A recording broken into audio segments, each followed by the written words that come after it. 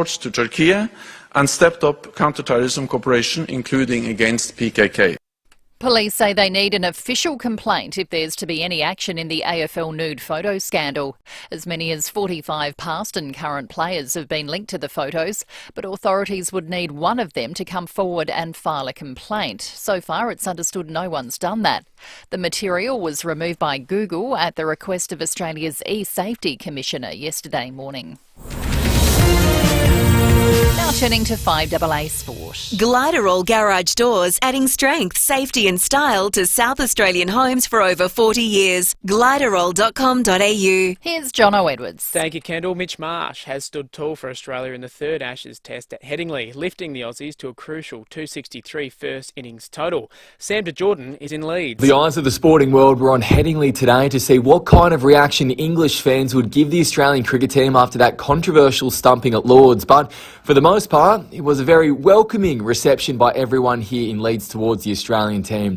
Instead, all the action was on the field. Mitchell Marsh making a century in his return to the Australian Test team. His last match was 4 years ago on an Ashes tour here in the UK. He stepped in and replaced Cameron Green before getting a wicket late with the ball. This match is evenly poised. The home side 3 for 68 at stumps. To footy, and last night Richmond defeated Sydney by 13 points at the MCG after trailing at every break.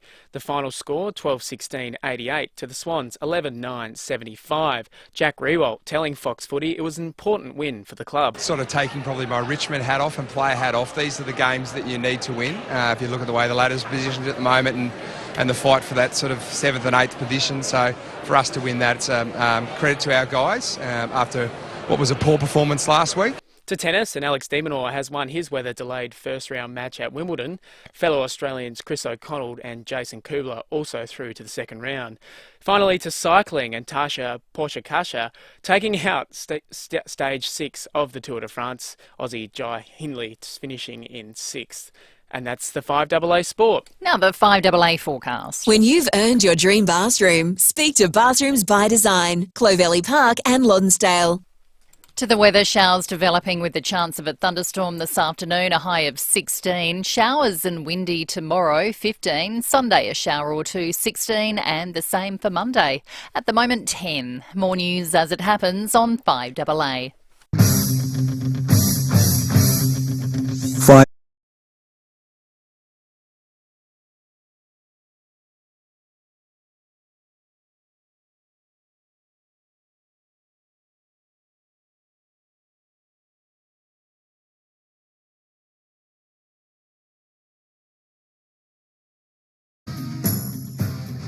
Bit of Eye of the Tiger just to get you fired up. It really feels like a Friday now, Tommy. It is our last day this morning, I'm sad to report. Not in general life. You'll be here next week in the sports room, but our last day on air for this little week. Yeah, we've had an absolute ball. Good morning to you, Lucy, and good morning to everyone out there tuning in this morning, whether you're waking up or heading to the gym, going to work, whatever the case may be. Great to be with you again. Plenty of rain overnight. Fantastic week so far, Luce, and looking forward to bringing it home. Today we've got an action-packed show. We sure do. It is, of course, Meat Tray Friday. I'll let you know the topic very shortly, but you can call us all morning with your Meat Tray Friday entries, 8223 0000. We've got both of our footy stars this morning, Orazio Fantasia from Port Adelaide and Tom Duday from the Adelaide Crows, both in studio. Both have had their injury struggles, let's put it lightly, but they will both be in today. We've got Feedback Friday. We're also celebrating NAIDOC Week with Professor Kelvin Kong. He was Australia's first Indigenous surgeon, still practicing, but he became the first Indigenous surgeon here in Australia. And of course, something that people don't really celebrate here, but we're going to celebrate a little bit today. Christmas in July. They're already on the lookout for Santa Clauses for shopping centres. Well, I hope they don't get Billy Bob Thornton. I've seen the movie Bad Santa and Bad Santa 2 a couple of times, so that's not the kind of Santa Claus you want, Lucy. But yeah, you blink, and I mean, it feels like the first 6 months. I'm not sure how you feel about it, but it feels like it has flown by. So it is early to be getting Santas, but you know what? It'll be click of the fingers and we'll be into November, December, and all that time when we need those Santa Clauses out and about, because lots of kids have a lot of wish lists out there loose. And I say that every year, Tom. I think, oh my God, I can't believe it's July. And I think, yeah, well, I said that last year. Yeah. My brother's birthday is July 15. So in my mind, that's middle of July, therefore middle of winter. Therefore, that's the halfway point. So when my brother's birthday, I think, yeah, we're all on the downhill here. Finally. Yeah, it's starting to get there. And we're in the midst of winter, aren't we, as well? Haven't we felt it this week? I'll be glad when it's all over. It is great to get the weather and fantastic for the farmers. We've had such a wet start to the winter, but it has been cold, Luce, and I'm a bit like you. I'm not a huge fan. I don't mind it for a while, but much prefer the warmer weather rather than the cold. For sure. It is Meat Tray Friday, of course. Today we're celebrating our meat tray thanks to Bar Moo Oink Butchers. Bar Moo Oink Butchers, meal solutions for you every day. 378 Finn Road in Kidman Park, rather. Our meat tray this morning comes with the theme of this. You're gonna start fires.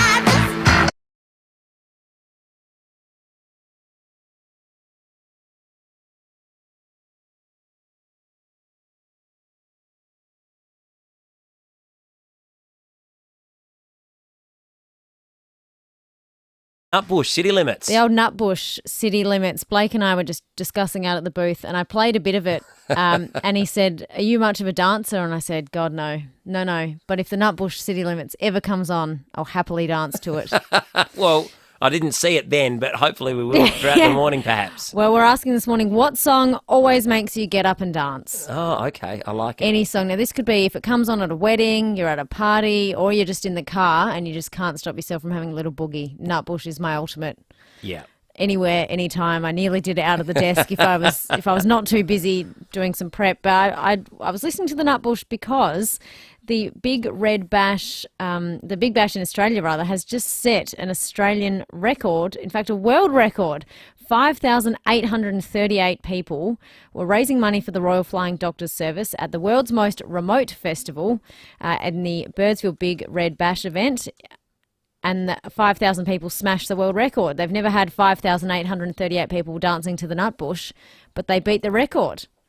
So there you go. That's why we've picked the Nutbush this morning to theme our meat tray. How good is that? And it's kind of appropriate because very sad news, obviously, earlier this year, but Tina Turner passing away, and that was a song she did with Ike as well, back in the 70s, I reckon, Lucy. But it is a great song. I'm trying to think what song I danced to. I have danced to the Nutbush a lot of times. I'm a terrible dancer.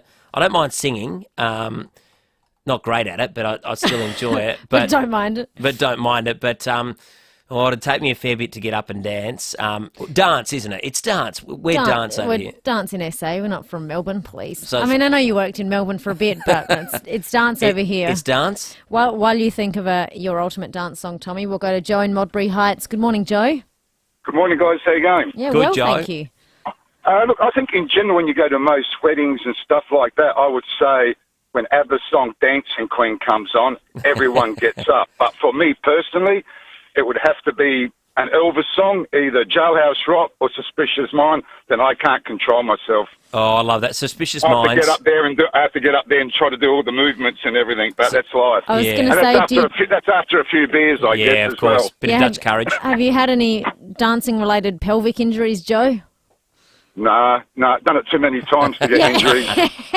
Thank you, Joe. Great suggestion. So give us a ring, 8223 0000. We'll take your calls right through till 9 o'clock. You could be in the running for a meat tray today, all thanks to Bar Moo Oink down there in Kidman Park.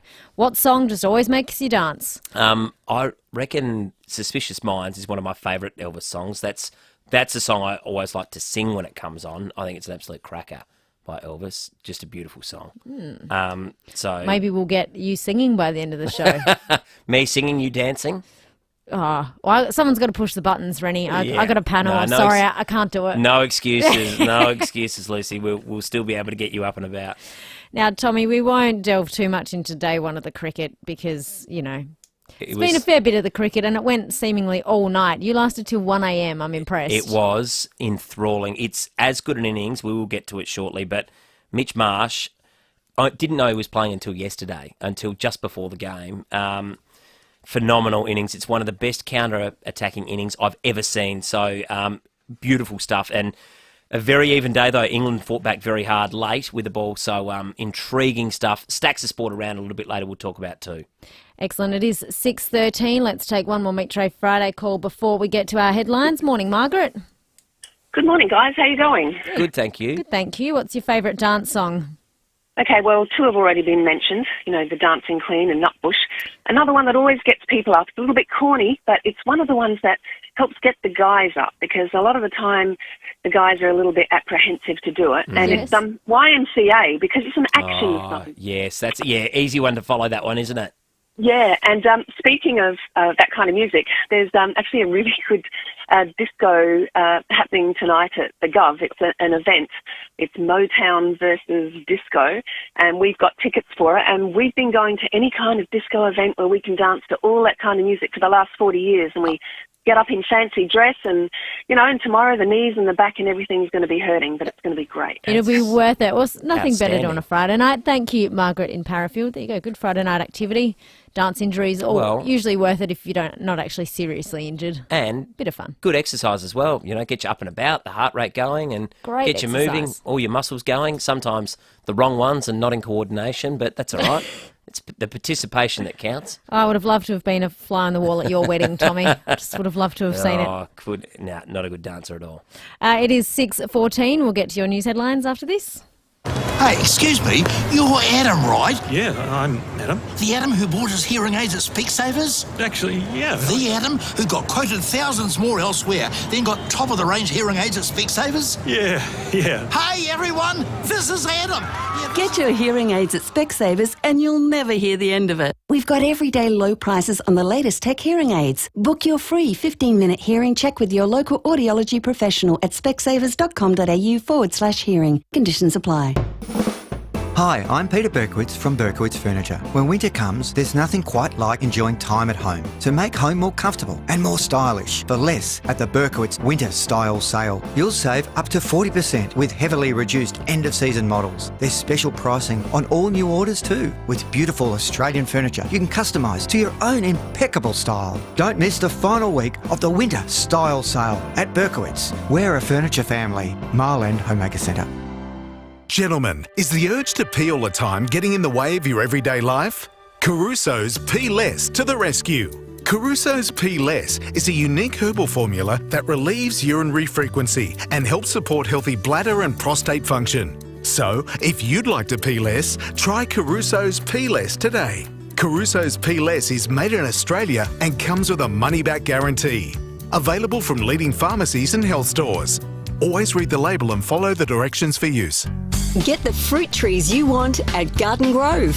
Come and explore a huge range of citrus, fruit and nut trees, dwarf varieties, ornamentals and many more. Get the great advice you need and everything you want at Garden Grove. Golden Grove Road, Golden Grove.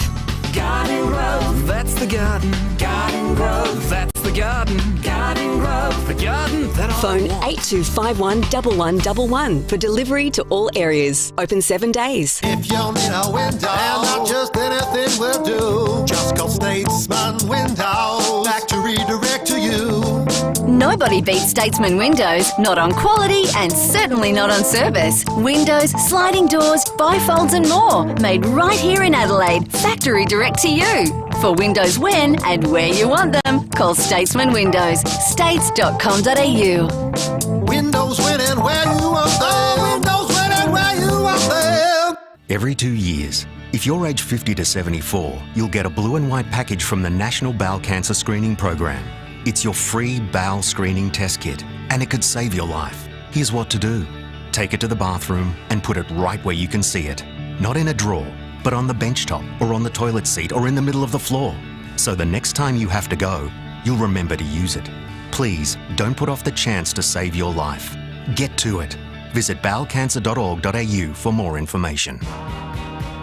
FIVEAA Breakfast with Tom Rehn and Lucy Lokan. The Cherry Motor 5, state-of-the-art driving from 33k drive away with immediate delivery. Visit Cherry Glen Osmond.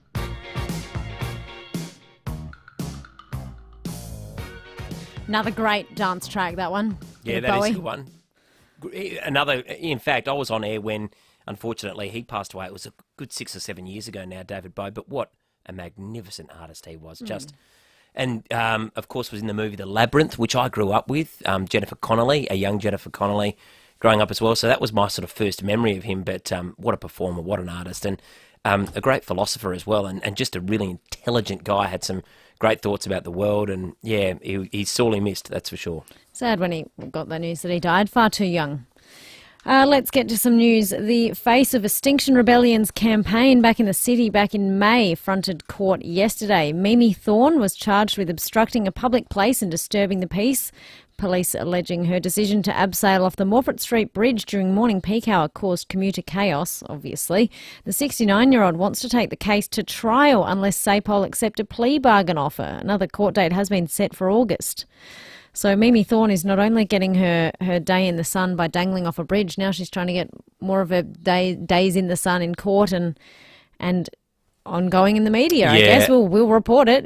It was a massive morning. It wreaked havoc on morning commuters and especially those trying to get in and out of the Royal Adelaide Hospital. I don't think too many people were very impressed with that stunt at the time, Lucy. It cost a lot of people a lot of time, missing important appointments. And I think whilst people are open-minded to the cause, I don't think she or that cause won too many friends that day. I think the best bit about that story for me was that she had featured in an Ampol petrol ad. Is that right? I didn't know that. Yeah, her occupation is listed as an actor and she was in an ad and it came out that she was in an ad supporting Ampol fuels and drive longer with fuel and at the time she said, well, I'm an actor, what am I supposed to do? I get given a job and I do it, but genuinely goes against everything you believe in if you're in a petrol ad. Yeah, that's just a bit unfortunate, isn't it? I understand the need to work, but if you're going to abseil off the Morford Street Bridge and drive in all the way from Aldinga in a large car, which we had reports she did, it just screams a bit of hypocrisy. Yeah. The Robodebt Royal Commission will hand down its findings today after being ruled a shameful chapter in Australia's history. About 400,000 people were wrongly sent computer-generated debt notices over 4 years and forced to repay Centrelink money they didn't owe. In 2021, the former Morrison government reached a $1.8 billion settlement after the scheme was ruled unlawful by the federal court. The incoming Labor administration called a Royal Commission and its report will be handed to the government today. Here's a bizarre story which I wonder if any of our listeners can relate to, and if you can, please let us know. A father trying to cash in his son's piggy bank coins at the bank has been turned away. John says he went to his local ANZ branch in suburban Brisbane and was rejected by the teller. Got my son to count up his piggy bank, all the denominations bagged up, ready to go. Walked in, said I'd like to deposit the cash and coins. No, we don't accept coins. So that was when he called in on either Melbourne or Queensland radio. So that was in an ANZ branch in Brisbane. A growing number of people are now complaining they're unable to withdraw money from the ANZ because it no longer carries cash. Now it's being suggested that people phone ahead asking the branch if they have enough hard cash if you're making significant withdrawals. I know it's annoying, Lucy. Some places don't accept cash when you go to make a purchase, which I find really annoying. I like to carry cash if I can. Now, I know we're in an age where you zap your card, but I think it's ludicrous that some places don't accept cash. Where I often bank, I often keep coins in, and then we'll trade them in. It might be $300 or $400 worth that I've saved up over a year. Yeah, I do the same. So that's sad that some banks don't provide that service because, you know, then when you want to cash it in, you want to go and purchase something or put it in your bank account, whatever the case may be. It seems crazy that they wouldn't accept money coming in, doesn't matter what it is. And the old piggy bank's a really fun way to get kids starting saving early. And getting into the habit, isn't it? Yeah, or put your coins away somewhere where you can't see it, and then you'll be able to count it all up one day and find out how much you've got, and that'll be a nice surprise. Exactly. $1 or $2 can go a long way when you save it up, and I think that's sad that they're not taking it. I bank with ANZ, and I usually go to the ATM and get some out, but maybe I'll have to start calling ahead if I need to make a big withdrawal. Who knows? If anyone else has been in the same situation, please call us, 8223 0000. Police have said that they need an official complaint if there is to be any action of the AFL nude photo scandal. The images on a Google Drive were circulated on social media, but the pictures have now been deleted. As many as 45 past and current players have been linked to the photos, but authorities have said they would need just one of those to come forward and file a formal complaint. So far, it's understood that no one has done that. Which I guess is understandable. No one probably wants it to become public knowledge, and that's the fear that if they do, and we understand that around half of these images are artificially enhanced anyway or a fake, so, at least half. So there is perhaps that fear as well that, well, that's not even me anyway. So, yeah, it's a strange sort of a story, that one, but I can understand why the players perhaps want to remain anonymous and not make a formal complaint. Weather today, top of 16, showers developing, expecting up to 7 mils. They've dropped that by the looks. We were sitting at, this time yesterday we were saying we were going to get 15 mils on Thursday, 15 mils on Friday, but they have dropped it, expecting up to 7 mils this morning, partly cloudy, most likely in the southern suburbs where you'll see showers. 15 tomorrow, showers easing up to 10 mils. Sunday, 16, only a shower or two, and Monday, 16, a shower or two. Let's get to our morning sport update. Tommy, your 1 a.m. cricket viewing will be paying off momentarily. Check out Gladroll Garage Doors' new Timberlook Native Series sectional doors, gladroll.com.au. Well, it was all about the cricket, Luce, there's no doubt. I think everyone was looking forward to this third test to see what kind of reception the Australians would receive, given the hostilities and the way things finished in the second test at Lords. Australia batted first, and they're in a bit of early trouble as well. They were 4 for 85 and went to lunch soon after that. Mitch Marsh and Travis Head at the crease, and the innings from Mitch Marsh, I think, is one of the best counter-attacking hundreds I've ever seen. It's one of the best centuries I've ever seen. Second fastest by an Australian ever in England, behind only Victor Trumper some 80-odd years ago. This is how he brought up his century. He is 99. He only needs one. But he takes the single to backward point. He gets there. The understudy becomes the star attraction. Mitchell Marsh, what an innings. An Ashes classic. What a whirlwind 24 hours for Mitchell Marsh. Yesterday, he wasn't in the team. Today, he's celebrating his third Test century. Amazing knock. 118 he finished with off 118 balls. And Travis Head, South Aussie, batted with him. They put it on 155 between them. That was great, but the problem is when Marsh did fall, the Australians fell quickly. They lost 6 for 23, all out for 263. England, in reply, reaching 3 for 68 at stumps. So Pat Cummins, the captain, who's been very good this series, he took a couple of wickets. And then that man, Mitch Marsh, took another wicket late in the day. So Joe Root and Johnny Bairstow at the crease. They're 3 for 68, trailing by 195. Alex Carey copped it, as you would expect, being involved in that stumping at Lords when he came out to bat. He only made 8. But not a bad day for the Australians. England again dropping some crucial catches, but it's all set up beautifully for the next few days. There is a lot of rain forecast for days 4 and 5 in particular, Luce. So we'll see how that plays out and whether or not it impacts the game. Hopefully it blows over, but you can never trust the English weather, so we'll wait to see what happens on that front. A little bit of Wimbledon news overnight as well, Luce. Some good results for the Australians. Alex de Minaur going through to the second round. He had a 4-set win. It was a match that took 3 days to complete because of the weather, so he goes through. He now takes on Matteo Berrettini in the second round. And Jason Kubler had his first ever win at Wimbledon in the singles. He beat Hugo Humbert, the French veteran, and he won that in 5 sets. So that's a massive win. Great win for him. Humbert's a great player. I'm really thrilled for Jason Kubler, though. I really loved seeing him in Australia in January. Just on that London weather, they had a top of 22 today. Friday it says 29, and then Saturday, Sunday, rain. Monday, 23. Tuesday, 21 raining. Wednesday, 21 raining. Thursday, Friday, 21, 20. 20 raining. You always get it. I think you can have markets. I mean, it's their summer over there, and you can have a bet on, and gamble responsibly on, whether or not it's going to rain during the tournament, and you can get huge odds that it won't, but inevitably, and it already has, you get rain at some point. Just back on Kubler as well, he takes on the 25th seed Nicholas Jarry in the second round. So hopefully he can keep it going, but not a bad start there for a couple of the Australians. The women, it's not looking so great, but the men, at least a couple have gone through to the second round, which is fantastic news. Teams, we'll talk some footy a little bit later, but the Crows and Port teams are out, and we'll be talking to Orazio Fantasia and Tommy Doedee, both injured unfortunately at the moment, but I'm sure got plenty to say, and Fantasia is getting closer to a return, which is good. I think he's listed as a test, so we'll find out from him whether or not he's going to be playing in the sample this weekend. After the 6:30 news, we'd love to hear more of your Meet Tray Friday calls. What song always makes you dance? Whether it's in a wedding, at a party, just in the car, you're home alone, it comes on the radio. What song always makes you dance? We'll get to your calls and your texts after the news.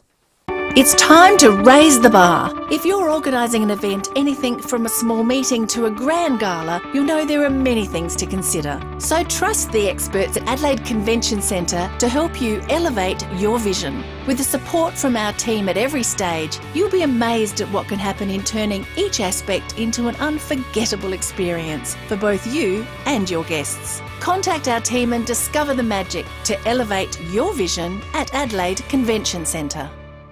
This month, all kids 14 and under get to go to the footy for free. What about that? That's all games between rounds 16 and 19 of the 2023 Toyota AFL Premiership season. From selfies to screamers and tasty treats. Spectacular! Make it an awesome day for the family with a day out at the footy. Kids go free rounds 16 to 19. Boy, oh boy, wow-wee! Go to afl.com.au/kidsmonth. Terms and conditions apply, subject to capacity and availability. A lot of shopping centres are the same. Same predictable shops, same food options. But if you want something new, check out Newton Central. Grab a coffee at JD Brew or a bite at Java Lifestyle Coffee and Tea, or dine at Delano's Risotto and Pasta Bar. It's the kind of centre where you can get some retail therapy, do the weekly shop, or just relax. Want something new in your life? Choose a new local. Choose Newton Central, Gorge Road, Newton. G'day, it's Eddie May here from NRG Solar. If you're a business thinking about advertising on radio, I think the first step is to actually contact one of the crew at FIVEAA and just have a look at what the demographic is, how it would work for your business, what sort of ads might work for you, and then you can make an informed choice as to whether this is the path for you to take or not. In our particular space, there is more and more solar companies on radio, and I think it's important that you stay in the mix. So for us, it's part of our strategy. It's not our entire strategy. It's one of 5 different sources, but you know, if you don't have them all in there, then you're just not part of it. To get your message out there and grow your business, visit fiveaa.com.au and hit the Advertise With Us link. 5AA Breakfast is streaming live right now. To watch, simply head to 5AA on Facebook or YouTube. This is Adelaide's 5AA. Showers developing a high of 16. With the 6:30 news, I'm Kendall Brettig. Complete windscreen supply and fit, front, rear and door glass. Proudly South Australian since 1976. Some of the people involved in the robo-debt fiasco may be referred to the National Anti-Corruption Commission. The Royal Commission into the unlawful scheme will deliver its report today, which will be made public by the Albanese government. 400,000 people were wrongly sent computer-generated debt notices over 4 years. A settlement was eventually reached in 2021. We're in for a wet 48 hours. Just under 20 mils of rain is forecast today and tomorrow. Kane Murray from the SES has this advice for those out and about. With the rain, grounds have become quite wet, and with the extra wind, that does make trees a little bit more prone to falling over. So we do encourage people to drive to conditions, and with that extra rain, you'll probably see some river and creek rises as well. Don't drive through it. The country's education ministers have signed off on a major overhaul to how teachers are trained. Practical teaching guidelines will be introduced and standards for uni degrees will be lifted by the end of the year. From 2025, teachers will be banned from graduating unless they meet set standards.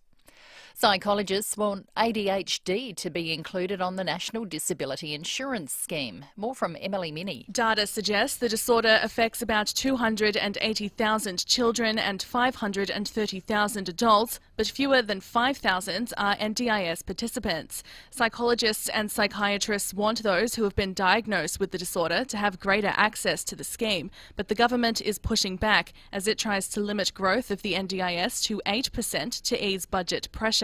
The Australian Clinical Psychology Association says treatment is out of reach for lower income groups who are more likely to suffer from ADHD, and government assistance is needed.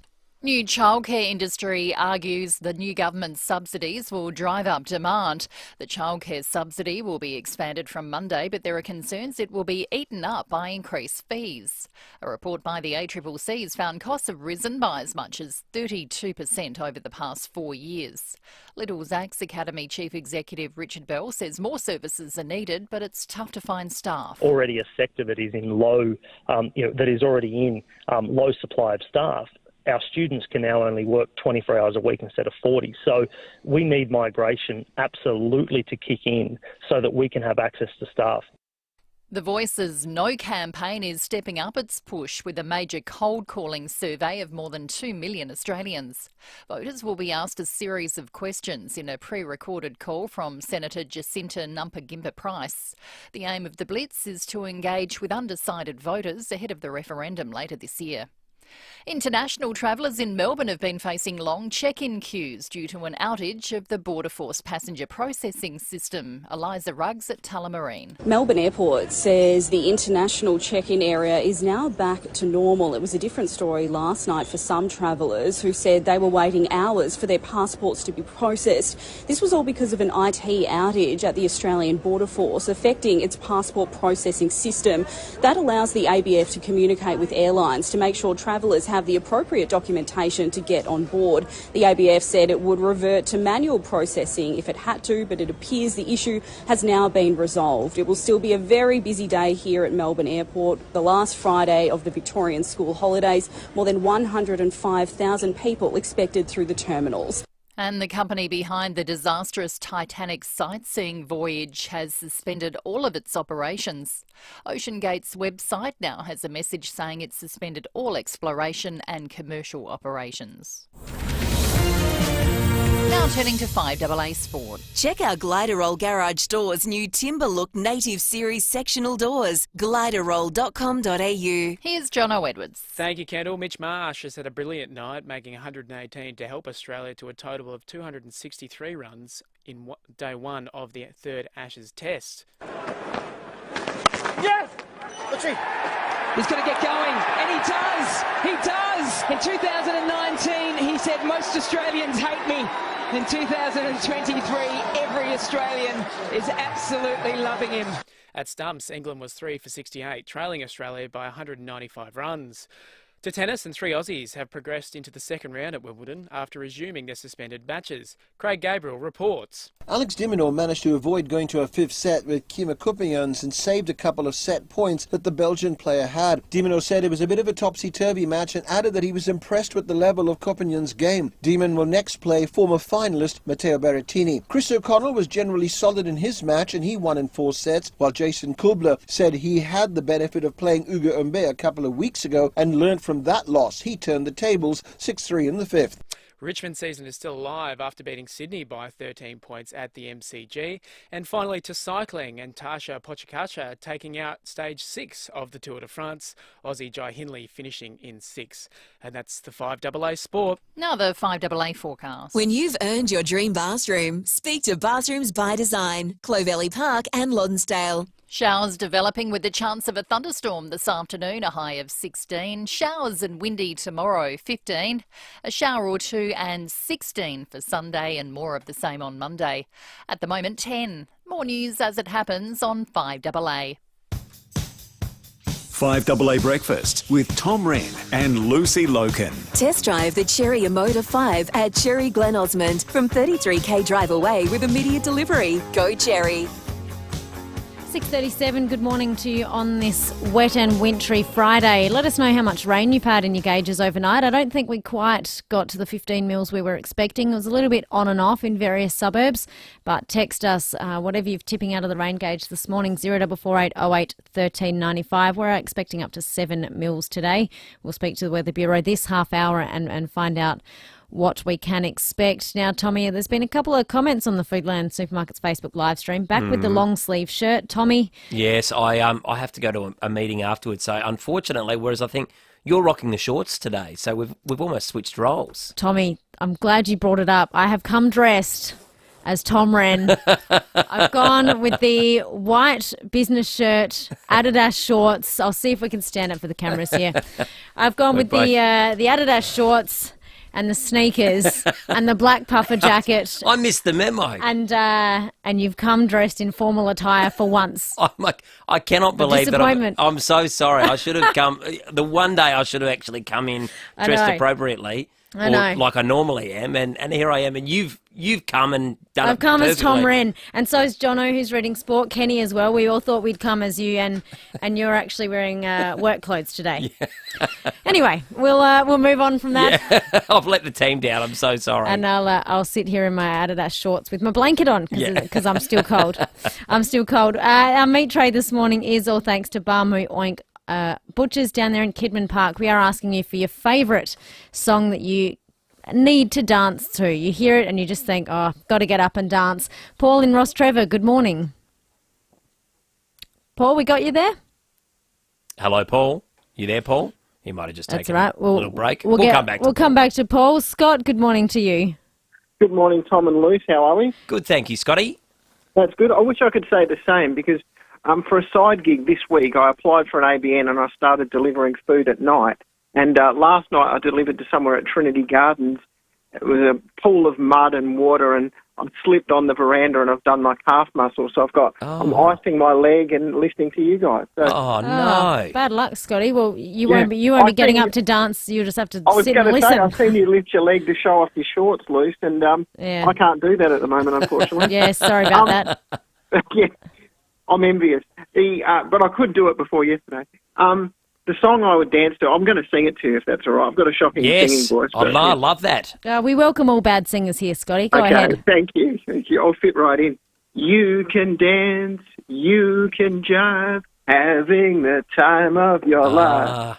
Dancing Queen, you got to get Bit of up and ABBA, dance, yeah. really. Another ABBA fan. I mean, Scott, where do you start with ABBA? There's plenty of them, aren't there? I mean, so many good ones. I could run through the whole ABBA soundtrack that I've danced to in my time. Sam in Theberton, good morning. Good morning, Lucy. Good morning, Tom. G'day, Sam. A song that gets up 3 generations all at once. You get the child, you get the mother, you get the grandmother, maybe the great-grandmother, is the chicken dance. Yeah. The Ballad di Guagua. The Ballad di Guagua. Thank goodness someone mentioned that. I was really hoping someone would. Chicken dance. I used to love, as a kid, nothing more exciting was there when you heard that and then song. they follow it up with the Zorba. Oh, the Zorba's a beautiful one. Yeah, while they're all on the dance floor, then the DJ will hit the Zorba. Yeah, that's a fantastic one. Thank you, Sam. I'm sure many a fond memory of weddings there with those two. Neil in South Plimpton, good morning. Morning, Lucy. What's your favourite dance song, Neil? Thriller. What was that, sorry? Thriller. Oh, Thriller.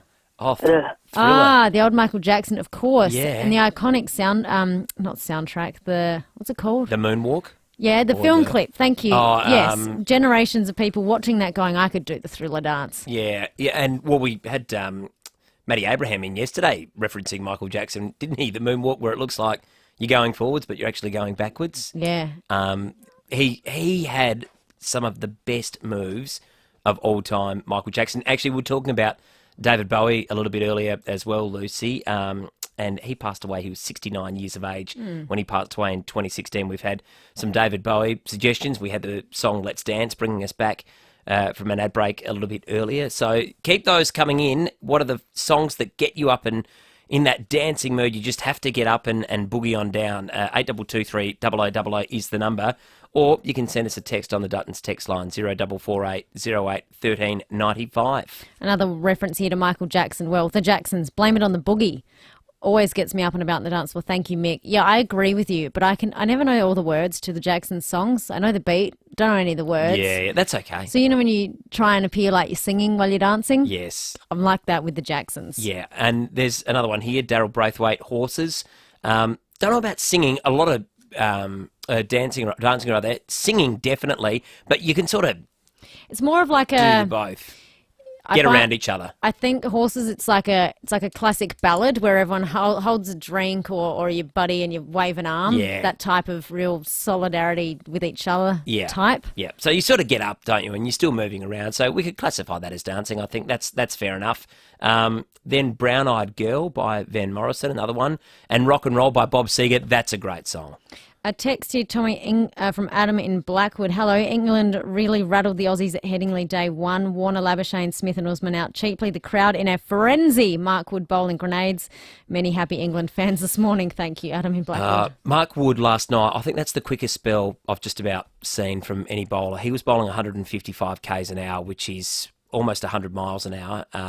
It was frighteningly quick. He had the Australian batsman genuinely hopping. It begs the question, I know he hasn't had much of a lead up with his body, but why wasn't he playing earlier this series? They're 2-0 down. Had he played, I think it could have been very, very different. He took 5 for 34 overnight. He looked menacingly quick. That is the Duttons text line. Thanks to Duttons, 3 dealerships and 10 franchises in the Adelaide Hills and Murray Bridge. Duttons, easy to do business with. 0448 08 1395. Text us all morning. Folks, it is the last day of Tom and myself. It'll be me and Will Goodings next week. That was shocking grammar. Will would be absolutely appalled with my efforts there. It'll be Will Goodings and me on air next week for Brekkie. Tommy, you will be back in the sports room. I'll be in the sports room again. But all through till 9 o'clock. We'd love to hear from you this morning on the text line, or call us with your Meet Tray Friday entries 8223 0000. We'll check in with the Weather Bureau, but first, here's traffic for the first time today. Thanks and good morning, Lucy. Cavan, there's a breakdown to look out for on Port Wakefield Road near Churchill Road North. Modbury Burst Water Main, North East Road at Smart Road, and another burst water main, this one's at Erbray. Glen Osmond Road at the bottom of the freeway. Slow for works at the moment at Goodwood Road near Roses Street. She's down to 40 with a lane out of action, and early morning cameras, Everard Avenue, Keswick, and Fraser Avenue at Happy Valley.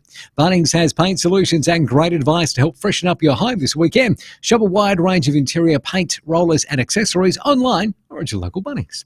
Adelaide's most accurate traffic on 5AA. Get the roses you want at Garden Grove. We have a huge selection in stock, including Australia's top roses. Come and explore our range of new season standard, bush and climbing roses. It's everything you want at Garden Grove. Golden Grove Road, Golden Grove. Garden Grove, that's the garden. Garden Grove, that's the garden. Garden Grove, the garden that I Phone want. 8251 1111 for delivery to all areas. Open 7 days. There's only one thing more stubborn than kids. Parents. When it came to talking retirement, Mum would change the subject to anything else. And I mean anything else. Until she heard about Rentirement with Warner Close Murray Bridge. No messy contracts, no hidden fees, just all the freedom and support of retirement living by renting. So have the Rentirement talk instead. Visit warnerclose.com.au. SA community owned. If it pops, or if it twists, you'll find it at FIVEAA. If it comes in a can, or is best in a glass, you'll find it at FIVEAA. If you serve it on the rocks, or with a paper umbrella. In fact, whether it's wine, beer or spirits, whatever you fancy, you'll find it at FIVEAA. FIVEAA, your local independent SA family liquor stores. Hi, I'm Peter Berkowitz from Berkowitz Furniture. When winter comes, there's nothing quite like enjoying time at home. To make home more comfortable and more stylish for less at the Berkowitz Winter Style Sale. You'll save up to 40% with heavily reduced end-of-season models. There's special pricing on all new orders too. With beautiful Australian furniture you can customise to your own impeccable style. Don't miss the final week of the Winter Style Sale at Berkowitz. We're a furniture family. Marland Homemaker Centre. 5AA Breakfast with Tom Wren and Lucy Lokan. The Cherry Motor 5, state-of-the-art driving from 33k drive away with immediate delivery. Visit Cherry Glen Osmond. 6:46 on July the 7th. It is dark outside, sunrise just after 7:20 this morning, as it has been the past little while. Let's head over to the Weather Bureau. Simon Timke is our senior forecaster on duty. Morning, Simon. Good morning, Lucy. Now, please tell us, how much rain did we actually get yesterday? Did we hit the magic 15 mils? Look, not over the city itself. Since 9 a.m. yesterday, we recorded 4.8 millimetres in the gauge in the city. Generally, the order of 2 to 5 millimetres about the plains, but it was a bit wetter about the hills, where a few places did get the order of 15 millimetres, but generally about the hills, most places picking up 5 to 15 millimetres. The wettest area was down around Mount Bold Reservoir, where a few places picked up 15 to 20 millimetres. For today, lengthy dry periods today. Looking at the satellite picture at the moment, not a lot of cloud around. There's a bit of cloud about the hills and some patchy cloud approaching from the west, but I think we'll see a little bit of sunshine on and off during the morning. But winds increasing during the day. There's another front approaching. We can see it on the satellite picture over the bight. And as that feature approaches, we'll see the northwesterly winds become stronger and gustier. And then as that front moves across the Adelaide area late tonight or early tomorrow morning, those winds becoming quite strong, and we'll see a band of showers moving over the Adelaide area, probably late evening, I think, or early Saturday morning. So during the day, over the Adelaide Plains, lengthy dry periods, maybe the odd shower here or there. The showers could be a little bit more frequent about the southern suburbs, maybe one or two more about the hills.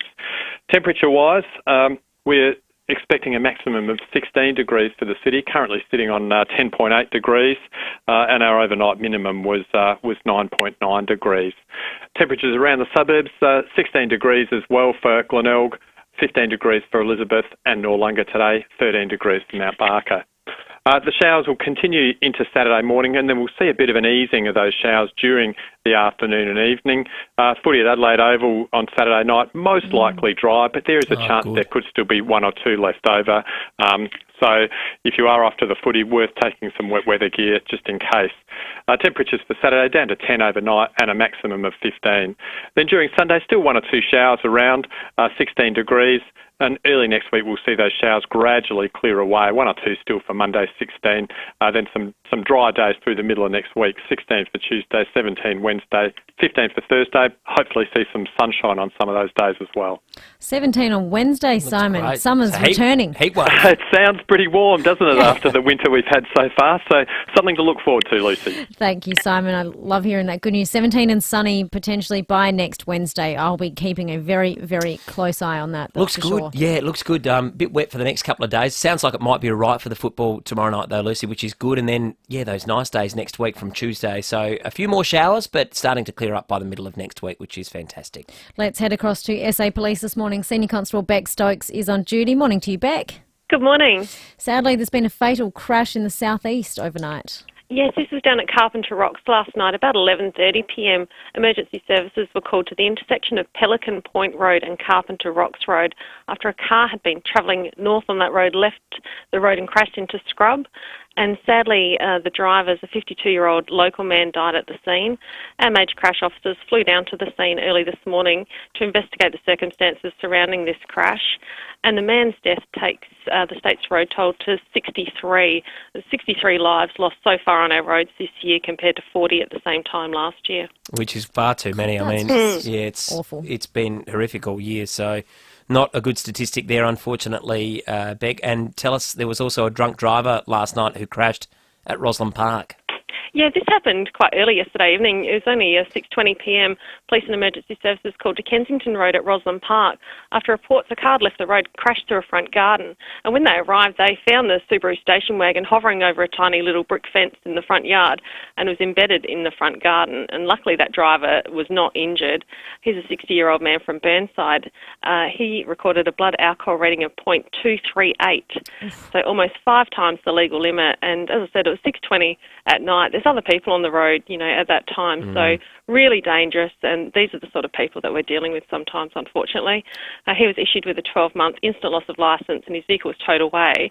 He's reported for drink driving, driving under the influence and driving without due care, and he'll have a court date later. Well, it's never a good time to do it, is it, Beck? But particularly when it's near peak hour traffic. No, yeah, exactly right. Practically peak hour traffic and putting himself and other people at risk.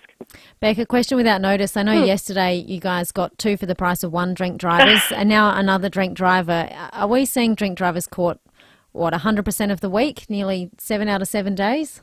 Yeah, unfortunately, and that's something that, we'll have a look for every day, and unfortunately there are at least 1 or 2 every day. And, we put out these messages, and I think the majority of the population has got the message, but unfortunately there's just a few hardcore people that they're just never going to get it. And, luckily, it's like shooting fish in a barrel sometimes, they're pretty easy to spot on the road, so we do catch them, and that's how we hear about it, is because we catch them. Yeah, I know you said this one was almost 5 times the legal limit, so was one yesterday. That's just absurd. Yeah.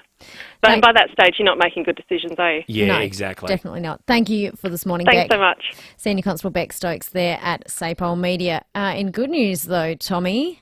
You better watch out, you better not cry, you better not pout, I'm telling you why. Why? Santa Claus is coming to town, gather round. No, it's not December. Thankfully, it means the year would have gone far too quickly. Well, it's already gone quickly, hasn't it? It is. It is July, and people do celebrate Christmas in July. Although instead of celebrating Christmas just yet, we need some help to celebrate Christmas this year, and a call has gone out early for Santa Claus recruitment. To tell us more is coordinator for Seen to Believe agency, FIVEAA Diaz. Good morning, FIVEAA. Good morning, Lucy. How are you? Very well, thank you. So please tell us, South Australia is on the lookout for Santas, is that right? That's right. We're always looking for fantastic people can join the Santa workforce. We are really looking for people that love children, love Christmas, and just want to make other people happy. And FIVEAA, I imagine you want people that, like you say, are full of life and jovial and happy and, enjoy spreading that Christmas cheer. That's right. If they have like a warming and jolly personality, and a heart really full of Christmas spirit, we can train them, we can suit them, and they will be ready to be Santa. So these Santas, they'll be on rotation away from the usual Santa, of course, but in our shopping centres and malls taking the Christmas photos? That's correct, yes. So they will be Santa helpers because Santa cannot be everywhere. That's right. So they will be at different locations during mid-November all the way to Christmas Eve. Now, I think as well, are you looking out for elves as well as Santa's actual helpers to help him out? Yeah, that's right. We are always looking for Santa, but also for any elves that can help Santa to take great photos and also to greet people and sell some photos on the set. Now, how can people find out if they think they would like to be a Santa Claus this Christmas? How do they get involved? Look, they can go to our website and they can see all that we do. So our website is www.seentobelieve.com.au, and they can see that Santa is not just a job, it's also a community. So we do different things during the year, and they belong to our Santa community that will just give their heart. Yeah, there's nothing like seeing people smile, and when you bring that joy to young kids, it's fantastic. So that website is seentobelieve.com.au. Just in terms of being a Santa Claus, FIVEAA, you don't necessarily have to be carrying a few extra kilos to qualify, do you? You can be a skinny Santa as well as a larger one, perhaps? That's correct. Santa can come in any shape, So, and yes, everyone will be fantastic if they really have the heart to do it. Oh, thank you so much for your time, FIVEAA. Good luck to all those Santas out there. FIVEAA Diaz, coordinator for Seen to Believe. That website, Seen to Believe, it's spelled SCENE. Seen to Believe. They're also hosting in July a series of jingle and mingle events across Australia, so that if you want to jump in early while July is on, just jump on their website, Seen to Believe, and you'll find out about the jingle and mingle events across Australia, and also how you can become a Santa helper, because as she said, Santa, the one man, can't be in all the places all the time. Exactly. Needs a lot of help to deliver all of those presents and to go through all of those lists, Lucy, and listen to what those requests are from so many kids out there and to work out whether they've been naughty or nice. So there's a lot to do. Tommy, she said you qualify, or you work at the gym. You're not carrying the extra kgs, but you qualify. Oh, Lucy, I've got to take you everywhere. You're very, very generous. I need to get to the gym a bit more often, but clearly not going today. I've missed the memo. I'm still devastated I didn't dress appropriately this morning. Well, even though you have turned 40, you don't quite have the grey hairs, so you'd have to there's a few. have to wear a wig. Couple of texts coming in this morning, 0448 08 1395. That is the Duttons text line. We are asking you what your best get up and dance song is, because in the Australian outback, a world record was smashed. Nearly 6,000 people dancing to Tina Turner's Nutbush City Limits, and producer Blake and I were saying that Nutbush is a song I'll always get up and dance to no matter where I am. So we're asking you what your favourite dance song is. One here from Brent the Milky. Morning, Brent. For Meat Tray Friday, my choice is Play That Funky Music White Boy by Wild Cherry. That's a bit of an unusual one, but I like it. Yeah. Whatever gets you going. Yeah, Kaz in Brompton says the Hokey Pokey. Yeah, look, fair enough. All bits of your body are involved, as you rightly say here, Kaz. Another one, walk like an Egyptian. I guess that's it's quite a specific dance move set, isn't it? And another one, Eagle Rock, and one of my absolute favourites. I know they play this. I reckon they play this at Sydney Swans home games, and they also play it at the Boston Red Sox. And I think the umpires dance during the change of innings.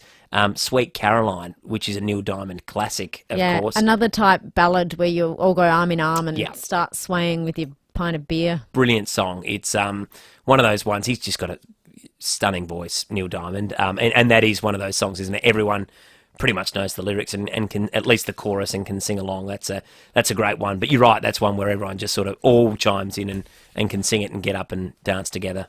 Coming up after the 7 o'clock news with Kendall, we will take some more of your Meat Tray Friday calls, as well as reflect on some of the overnight stories. Also, later this morning in studio, both Orazio Fantasia and Tom Duday, separately. We wouldn't put them together. Well, we might. I'm sure they'd be fine. We might, but we aren't today, but they'll both be in studio. And we're also celebrating NAIDOC Week with Professor Kelvin Kong. If you're outgrowing your home, it could be time to select a granny flat. At Selector Homes, we've been building transportable granny flats for over 25 years. And now we can build them on a slab, which means your whole home and new granny flat are on the same level. No stairs and seamless living. Also, we can build to the perimeter of your block, saving you space. Fixed price, no hidden costs. Walk through the Haven Granny Flat at the Selector Homes Display Village, Port Wakefield Road, Burton. Gents, have you got the urge to pee again, even though you only just went? Caruso's Pee Less for Men relieves that annoying gotta pee again feeling and helps support healthy bladder and prostate function. So, if your need to pee all the time is getting in the way of enjoying life, try Caruso's Pee Less today. Caruso's Pee Less is made in Australia, comes with a money-back guarantee and is available from leading pharmacies and health food stores. Always read the label and follow the directions for use. If you've got to keep it cool, you need Budget Car and Truck Rentals, especially if you're in business. Budget Car and Truck Rentals have a fleet of refrigerated vans, trucks and cool rooms standing by to keep your business in business. Transporting or storing flowers, chocolate and all fresh produces. Keep it cool in a refrigerated van, truck or cool room from Budget Car and Truck Rentals. Oh, great for parties too. Call 13 27 27. That's 13 27 27. How far would you go for your dream kitchen? And how far would you go to get 25% off? How about 15 minutes up the freeway to Balhanna Kitchens by Design? To the largest showroom in the Adelaide Hills. Custom build your dream with our award-winning designers. And get 25% off your cabinets with laminate bench tops. For a limited time, of course. Balhanna Kitchens by Design. It's not too far to go to make your dream a reality. balhannakitchens.com.au. 5AA Breakfast is streaming live right now. To watch, simply head to 5AA on Facebook or YouTube. Online, on DAB Digital Radio and on 1395 AM. Talking Adelaide. This is Adelaide's 5AA. Showers developing in 16 with the 7 o'clock news. I'm Kendall Brettig. Chipped windscreen? Complete Windscreens can repair it from just $99. Look for the big red koala. There's been a fatal crash in the state's southeast. Senior Constable Rebecca Stokes says it happened at Carpenter Rocks late last night. Emergency services were called to the intersection of Pelican Point Road and Carpenter Rocks Road after a car had been travelling north on that road, left the road and crashed into scrub. And sadly, the driver, a 52-year-old local man, died at the scene. Our major crash officers flew down to the scene early this morning to investigate the circumstances surrounding this crash. The man's death is the 63rd life lost on our roads this year compared to 40 at the same time last year. The Royal Commission into Robo-Debt may recommend those involved in the unlawful scheme be referred to the Anti-Corruption Commission. Zach De Silva has details. The Albanese government will receive the final report from the Robo-Debt Royal Commission. It heard evidence from former government ministers, bureaucrats and victims after 400,000 people were wrongly sent computer-generated debt notices over 4 years. In 2021, the former Morrison government reached a $1.8 billion settlement with those affected, but the incoming Labor administration persisted with an inquiry into the matter. It's understood the Commission may recommend some individuals are referred to the National Anti-Corruption Commission over their involvement in the unlawful scheme. There's a renewed push for people diagnosed with ADHD to receive NDIS support. Data suggests the disorder affects around 280,000 kids and 530,000 adults, but fewer than 5,000 are on the scheme. The government's trying to cut the scheme's growth to avoid pressure on the budget. Childcare providers deny they're increasing prices to take advantage of government subsidies. The enhanced childcare subsidy will be rolled out from Monday. A new report by Australia's consumer watchdog shows prices have risen by up to 32% over 4 years. Little Zach's Academy has 30 centres and Chief Executive Richard Bell says the sector's feeling the pinch. My costs have gone up 30 to 50% over the last 4 years just to be able to operate the business. So this is definitely not a profit gouging exercise. This is us, like all businesses, trying to provide childcare to the average everyday Australian. Universities will be given until the end of 2025 to rewrite their courses in line with new mandates from education ministers. A new watchdog will be set up to ensure tertiary institutions are training future educators to be able to teach reading and maths, regardless of if they plan to teach primary or secondary school students. Mark Zuckerberg has launched his rival platform to Twitter called Threads and is claiming more than 30 million people have signed up since it was launched only days ago. Rival Elon Musk is considering legal action to shut it down. Joanna Stern from the Wall Street Journal says it'll be a monumental battle. This fight is about so many things. This is about users, it's about money, it's about ideology, it is about power. And as Christmas in July celebrations kick off, talent agency Seem to Believe is launching its annual Santa recruitment drive to fill the hundreds of positions available nationwide. SA seniors are being urged to don the big red suit to help avoid a Santa shortage come December. Seem to Believe's also on the hunt for elves and a range of other Christmas characters to get Santa's helpers numbers back to pre-pandemic levels. A jingle and mingle event will be held at the Tonsley Hotel this morning. Now turning to FIVEAA Sport. Gliderall Garage Doors, adding strength, safety and style to South Australian homes for over 40 years. Gliderall.com.au. Here's Jono Edwards. Thank you, Kendall. The recall all-rounder Mitch Marsh has starred for Australia in a brilliant first day of play in the third Ashes Test at Headingley. Marsh made 118 for Australia after being dropped in the slips on 12. Mark Wood and Chris Wokes taking 8 wickets between them for the home side to dismiss Australia for 263. Marsh starring again, taking a wicket before England finished the day 3 for 68. Gunn,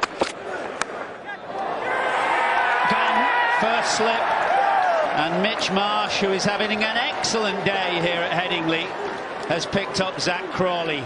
To footy, and Sydney is in 14th position on the ladder, 6 points behind the 8th place team. Richmond now 10th on the ladder after last night's 13-point victory at the MCG. Swans coach John Longmire. Didn't just as well as what we should have in the second quarter. The conditions, obviously, they lifted their pressure, but we still won the second quarter, so we came in okay, and then we got absolutely smashed around the stoppages, and 110.5 a footy is hard to do. To tennis, and Alex de Minaur is into the second round of Wimbledon, defeating Belgian Kilmer Covington in 4 sets after rain delays. I don't know if I've had to finish a match over 2 days ever, to be honest. So this is something new for me, and I'll take it like a very solid practice session today. Fellow Aussies Jason Kubler and Chris O'Connell also won their first round matches. And finally to cycling, and Tasha Pogačar has taken out stage 6 of the Tour de France. And that's the FIVEAA Sport. Now to the traffic. Planning a function? Speak to the Adelaide Convention Centre team to elevate your vision for your next event. We've got a breakdown to look out for a cavern this morning. It's on Port Wakefield Road near Churchill Road North. A few burst waterways playing up. You find one at Modbury, North East Road at Smart Road. Another one at Urbray, Glen Osmond Road at the bottom of the freeway. Works are slow at Goodwood today. Lane closed there. Goodwood Road near Rosa Street. Speeds at 40 with cameras. Arthur Street, Tranmere and Gorge Road at Ethelston.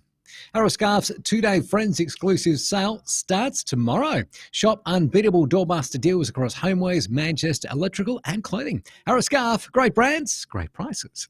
Adelaide's most accurate traffic on FIVEAA. When you've earned your dream bathroom, speak to Bathrooms by Design, Clovelly Park and Lonsdale. Showers developing with the chance of a thunderstorm this afternoon, a high of 16. Showers and windy tomorrow, 15. A shower or two Sunday, 16, and the same for Monday. At the moment, 10. More news as it happens on 5AA. 5AA Breakfast with Tom Rehn and Lucy Lokan.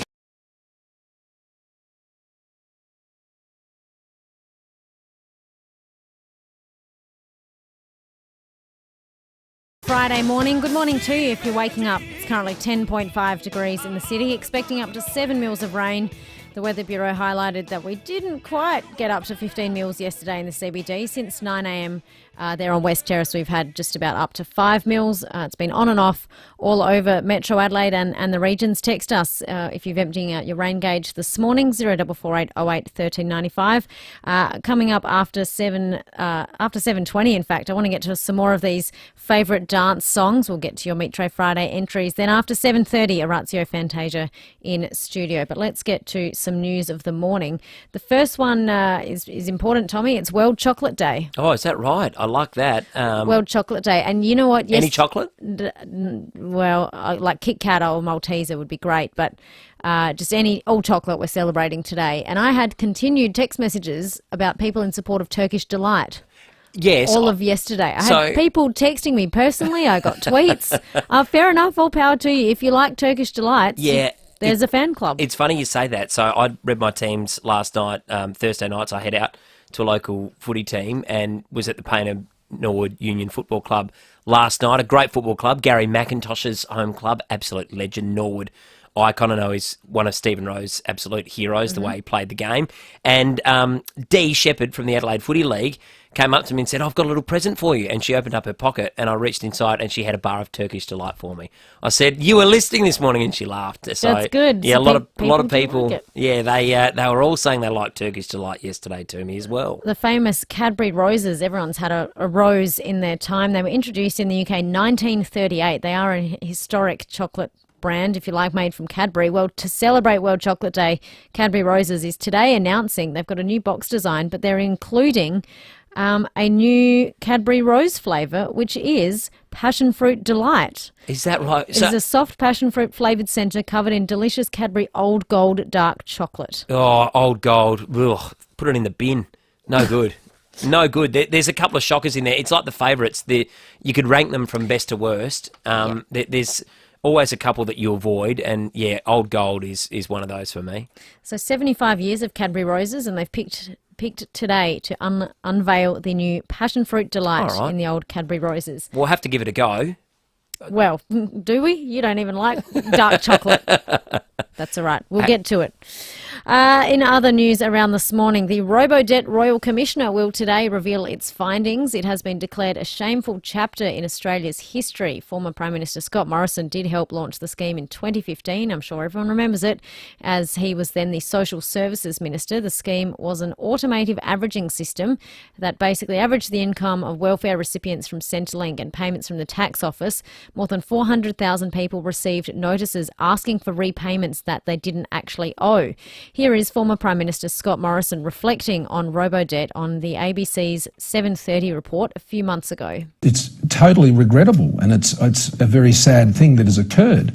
I only wish that at the time, when we were advised that it was lawful and the Cabinet's mission said it required no legislation, before Cabinet there was no knowledge of it being unlawful. I believe that certainly the legality of the issue has been settled, and had that been raised with the government at the time, Robodebt would never have happened. I think there was a lot learnt about how, when you industrialise effectively, what is a practice that had been in place for decades. I think the idea of ensuring that taxpayers' money, which is paid, is done properly is the principle, and I think that principle is right. But clearly how this was executed on an industrial scale failed that test. I think I think the outcome, not the intent, was very different from what was intended. So what are we expecting to find out today? The report will likely reveal adverse findings against up to 20 people. That list of people will most likely include Scott Morrison and other former coalition ministers embroiled in the scandal like Alan Tudge, Christian Porter, Stuart Robert and senior bureaucrats who were also involved in the scheme. The report is also set to detail a number of recommendations to firstly inform the welfare sector and ensure another robo-debt type scheme won't ever be repeated. Most of the report will be made public once it's delivered to the Governor-General this morning. There are a few parts of the report that won't be made public, as they could potentially be used in criminal cases if the Royal Commission decides to recommend criminal charges against those who were involved. Yeah, it's a big story, and I know it caused a lot of anxiety and anguish for people that were affected, that had to pay back money or thought they had to pay back money that they didn't have to. Push people to the brink in terms of their finances. So it was a highly regrettable time, as the former Prime Minister says, but unfortunately it caused a lot of consequences and a lot of issues for those that were affected. Donald Trump Jr. was set to appear in a series of talks here in Australia, which cost $300 per ticket. Here he is talking about coming here on Sky News. There just happens to be an incredibly large number of people from Australia that are sick of what's going on, and I'm just looking forward to getting down there and talking about it. So yesterday morning, though, we heard that he wasn't coming to Australia. His team said it was due to unforeseen circumstances and his visa being cancelled. The federal government, however, denied his organisers' claims that his visa was delayed. Here's our PM Anthony Albanese and Immigration Minister Andrew Giles talking on 7 News. Donald Trump Jr.'s visa was dealt with in the normal way. It may of course be that the reason for the postponement goes to the lack of enthusiasm for ticket sales. But instead it was actually Home Affairs Minister Claire O'Neill who went even further. She put out a tweet saying he wasn't cancelled, he's just a big baby who isn't very popular. The tweet prompted immediate concern within the government, with senior advisers worried about ridiculing the son of a former president and who could genuinely be president again, and harming our AUKUS partnership. The tweet was soon deleted, but supposedly only after intervention from the PM's direct line. Goodness me, we live in a sensitive world, don't we, where you can't say that someone's acting like a big baby.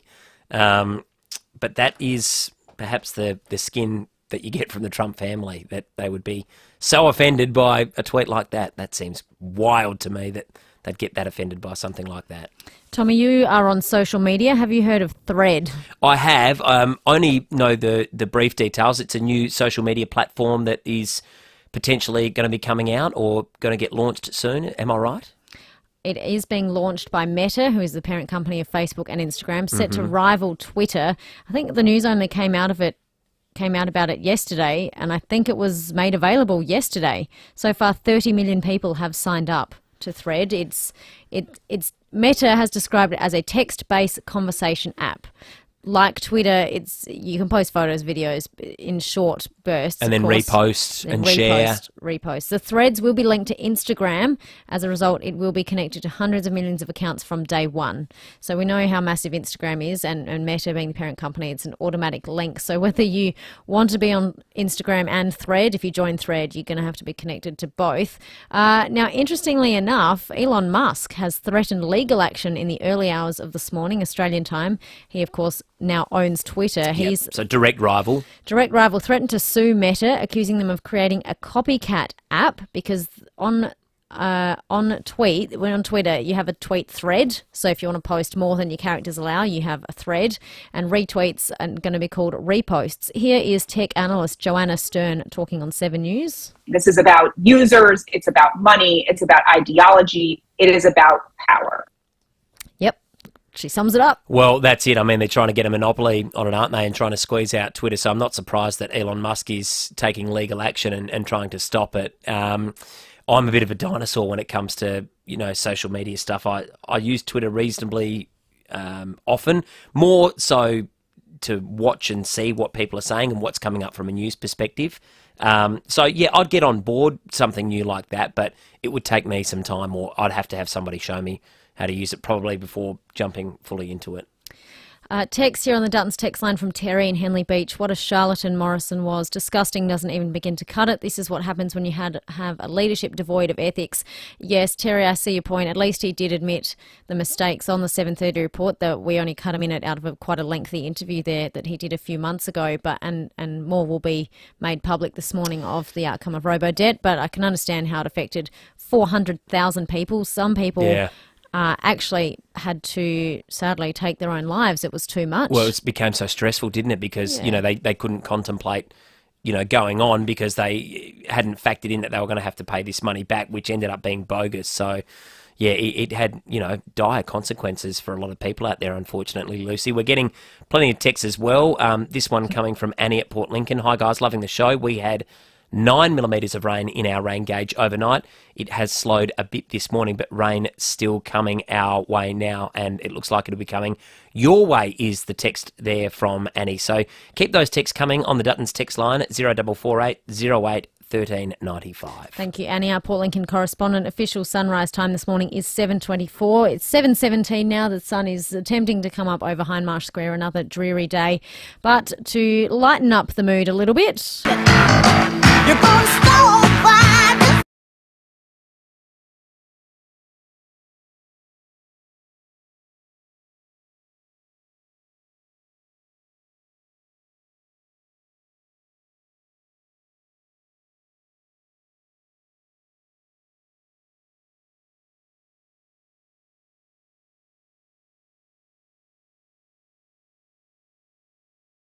Melons and the lettuces, because Tina Turner, 5,838 people broke a world record. Nearly 6,000 people danced to Tina Turner's Nutbush City Limits in the most Aussie tribute ever to Tina. It was for the Royal Flying Doctor Service, raising money at the Birdsville Big Red Bash event.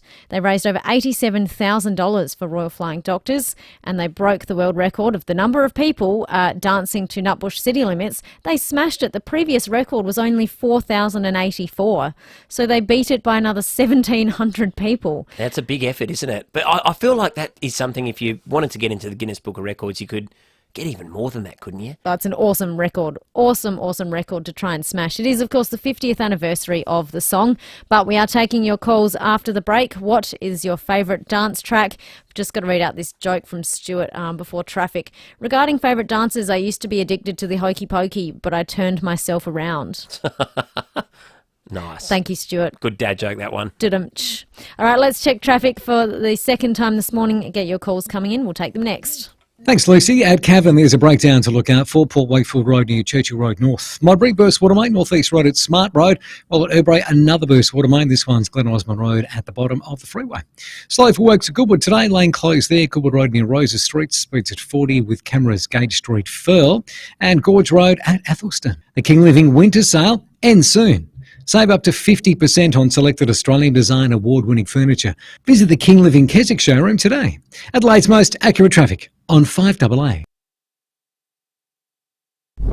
5AA Mornings with Matthew Pantelis. The Liberal Party in this state has been a factional basket case since the late 1960s. Nick McBride, the member for the southeastern seat of McKillop, is the latest to leave the party. Weekday mornings from 9. One faction, either Conservative or moderate, would much rather have a win over their opposing faction within the party than a win over the Labor Party. On 1395, Adelaide's 5AA. G'day, it's Rory Sloane. The Kluger 7-seat SUV is here to move your family and to move you. It's an SUV that knows you expect practicality, but want luxury and beautiful design too. There's no need to wait for the kids to grow up. You can have your dream car now. This 7-seater has flexible cargo space thanks to the folding second and third rows. Take a test drive of the new Kluger today at Jarvis Toyota, South Road, Clovelly Park. Proudly celebrating 21 years of great deals. This month, all kids 14 and under get to go to the footy for free. What about that? That's all games between rounds 16 and 19 of the 2023 Toyota AFL Premiership season. From selfies to screamers and tasty treats. Spectacular! Make it an awesome day for the family with a day out at the footy. Kids go free rounds 16 to 19. Boy, oh boy, wow, Go to afl.com.au/kidsmonth. Terms and conditions apply, subject to capacity and availability. We've got Shane from Drummond Golf with us. Now, Shane, probably not a good idea to play golf if it's wet and horrible outside. Rowie, you're exactly right. There'd be no way I'd be out there. It'd be no fun at all. Which is why we think all golfers out there will love Big Swing Golf indoor simulators at Drummond Golf Mile End. They're fully endorsed by the PGA Tour and Tiger Woods. We have a room full of simulators to play golf with your mates, rain, hail or shine. And guess what? We're fully air-conned. I've had a crack. It's brilliant. Love it. There's 84 amazing courses to play and 12 other sports to choose from. So jump online, take a look at bigswinggolf.com.au, then call your cobbers and head to Drummond Golf Mile End. We'll see you for a quick round soon. Absolutely looking forward to it, Rowie. Now, Mismatch Brewhouse wants to brew some good in the world. If they have to go to the ends of the earth to find the best hops and grain for all 16 of their incredible craft beers on tap, they will do just that. Same goes for dining, lunch or dinner. They always go above and beyond. The other great thing about Mismatch Brewhouse is that you actually get to taste beers straight from the tank to the tap because there is a brewery on site right in the heart of the city at Whitmore Square. So, do yourself a favour, call into Mismatch Brewhouse, try the freshest beers, enjoy a wood oven pizza or one of the chef's specials for lunch or dinner, or organise a function. There's loads of options in the pub, in the courtyard or even on the rooftop. Your own local craft brewery right in the heart of the city. That's pretty special. Mismatch Brewhouse open Wednesday to Sunday, 12 p.m. till late, Whitmore Square in the city. For nearly 40 years, no one has done certified used cars quite like Steinborner Automotive, with dedicated yards including SA's best range of commercials loaded and ready to go, including SA's only dedicated small car and SUV centre, and SA's only large SUV and 4x4 centre suited for any lifestyle. Steinborner still also has the best range of Commodores from ZBs to the collectibles. View all late model used vehicles at steinborner.com.au. Steinborner Automotive. It's well worth a trip.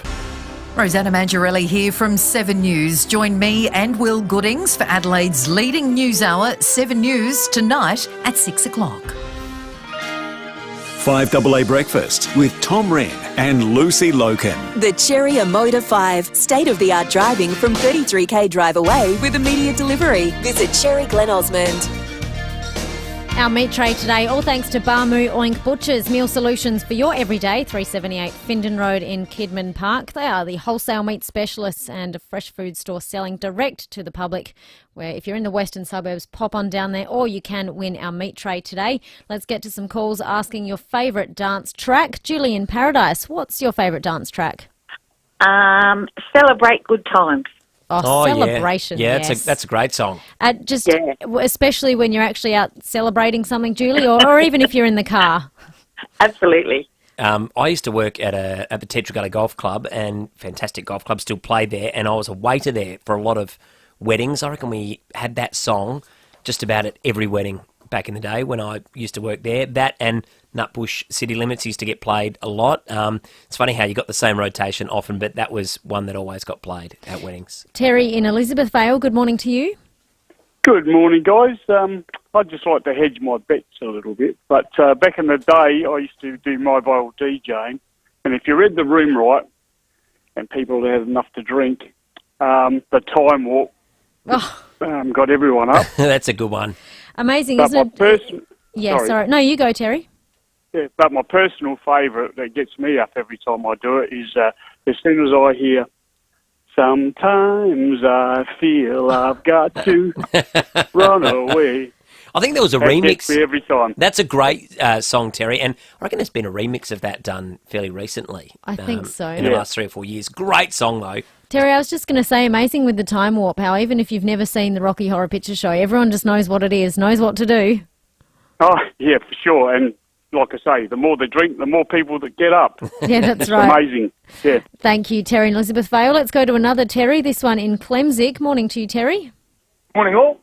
I just probably showing my age, but I reckon the one that gets me pumping is the old Bee Gees Staying Alive. Oh, yeah.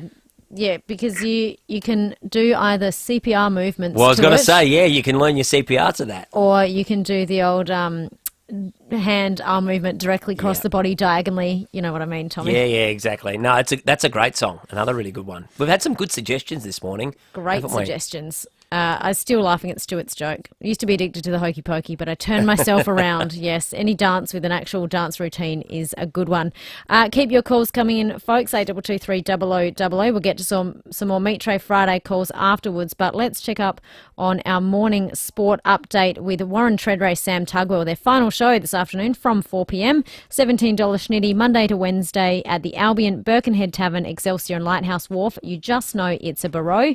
They had the Premier, Peter Malinauskas, on last night talking about the new Suncorp Super Netball Grand Final news in that Adelaide will host it next year. Look, I tried pretty bloody hard, to be honest, and I just couldn't get them to budge. They've got a locked-in contract with the Victorian government, and once the deal is done, I can understand entirely why those contracts want to be met. It's sold out in Melbourne this weekend. A lot of people travelling from Adelaide and Sydney, which is, from their perspective, a good result. So there's a big grand final lunch tomorrow in Melbourne. So we'll get the same next year. And regardless, people do travel for grand finals. And, Super Netball in Australia is elite. It is elite. It's probably the best professional netball anywhere in the world. So people travel for it, and that'll be happening in our state next year. Looking forward to that. And Lucy, just a reminder, of course, the netball grand final for the Adelaide Thunderbirds. Tomorrow night, they take on the New South Wales Swifts. That's being played in Melbourne, so the grand final will be shifted to Adelaide from next year. So good luck to the Thunderbirds. First finals campaign in 10 years, and they're into the grand final. Massive game for them. Also, there was a football game on to kick off round 17 last night. Richmond winning by 13 points against Sydney. They trailed for much of the night, but overran the Swans in the final term. The round continues tonight with the Dogs and Collingwood. You can hear that right here on 5AA. And we'll be talking more footy just after 7:30 with the Ratio Fantasia, and then after 8 o'clock with Tommy Duday. And the cricket, massive night of sport it was. The Aussies making 263. In reply, England 3 for 68. It was a huge day. Mitch Marsh, the star, with 118 and also taking a wicket. Treaders and Tuggers from 4 o'clock tonight. Rowie and Timmy G will be back next week, back fresh from their media break. G'day, it's Baz from FIVEAA Milk Company. Just wanted to make sure you knew that our milk only comes from SA dairy farmers. So make sure the milk you buy is only from SA dairy farms. Because you see, no matter how tough it gets out there, our dairy farmers always put you first. So let's support them. Look for FIVEAA Milk Company products in your supermarket. 3 words make all the difference. FIVEAA Milk Company. South Australian first and proud of it. Before the holiday rush, get your car completely cleaned and disinfected. Get the Disinfect My Car treatment at Magic Hand Car Wash. 13 locations across Melbourne and Geelong. Peace of mind when you drive through disinfectmycar.com.au. Le fromage, les crêpes, le champagne. Merci. Now, by the end of this next read, you got one. This is next read, Lucy. You'll be talking French, Tommy. Well, I'll be talking French, but you're going to do the whole thing in French, No. if that's okay. No. Why are we talking French? Well, it's Bastille Day. It's back at the market, Lucy. Celebrate France's national holiday over 2 exciting days next Friday, the 14th, and Saturday, the 15th of July. There is plenty lined up over the weekend. Grab tickets for the French walking tour, the paint and sip class, or enjoy free kids activities and cooking demonstrations. Not to mention, of course, the French wine bar, crepes, and more, with live music to set that timeless French bistro atmosphere. Stock up on all your favourite French goodies next weekend with Bastille Day at the Adelaide Central Market. Think baguettes, croissants, small goods, and the best bit, the cheese. Support local and get a taste of France, and see the full program and book at AdelaideCentralMarket.com. 5AA Breakfast is streaming live right now. To watch, simply head to 5AA on Facebook or YouTube.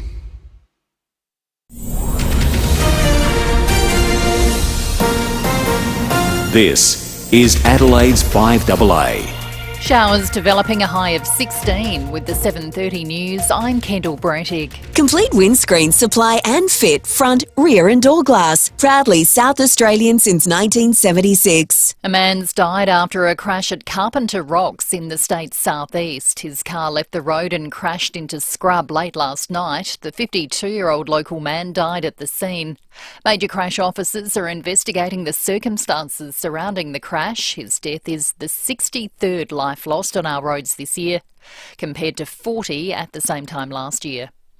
We're heading into another burst of wild weather. Heavy rain and strong winds are forecast over the next 2 days. Kane Murray from the SES says it's best to be prepared. Things that people can do to help, their own properties, tie any loose items you might have down around your house. Think sort of outdoor furniture, any kids' play stuff, trampolines, things like that. Move your car away if it's under a tree, and if you've got the chance, get up and clean your gutters out. The federal government will release the final report from the Royal Commission into the unlawful robo-debt scheme today. 400,000 people were wrongly sent computer-generated debt notices over 4 years. Even though a settlement was reached with the previous Morrison government, the incoming Labor administration persisted with the inquiry. The Australian Education Union wants to see all public schools fully funded by 2028. 98% of public schools are funded below the schooling resource standard, which is the minimum amount governments have agreed is required to meet the needs of all students. Union Federal President Karina Haythorpe says the government needs to increase its funding share to 25%. Right now, the underfunding of public schools means that 1 in every 10 public school students is effectively not funded, and in the Northern Territory it's 1 in 5. It's time for the Albanese government to meet their commitment for a pathway to full funding for all schools. Psychologists are pushing for greater government support of people with ADHD. There's a renewed push to expand NDIS eligibility to include the disorder, which affects hundreds of thousands of Australians. The government's trying to limit the scheme's growth to 8% and says it has no plans to add to the list.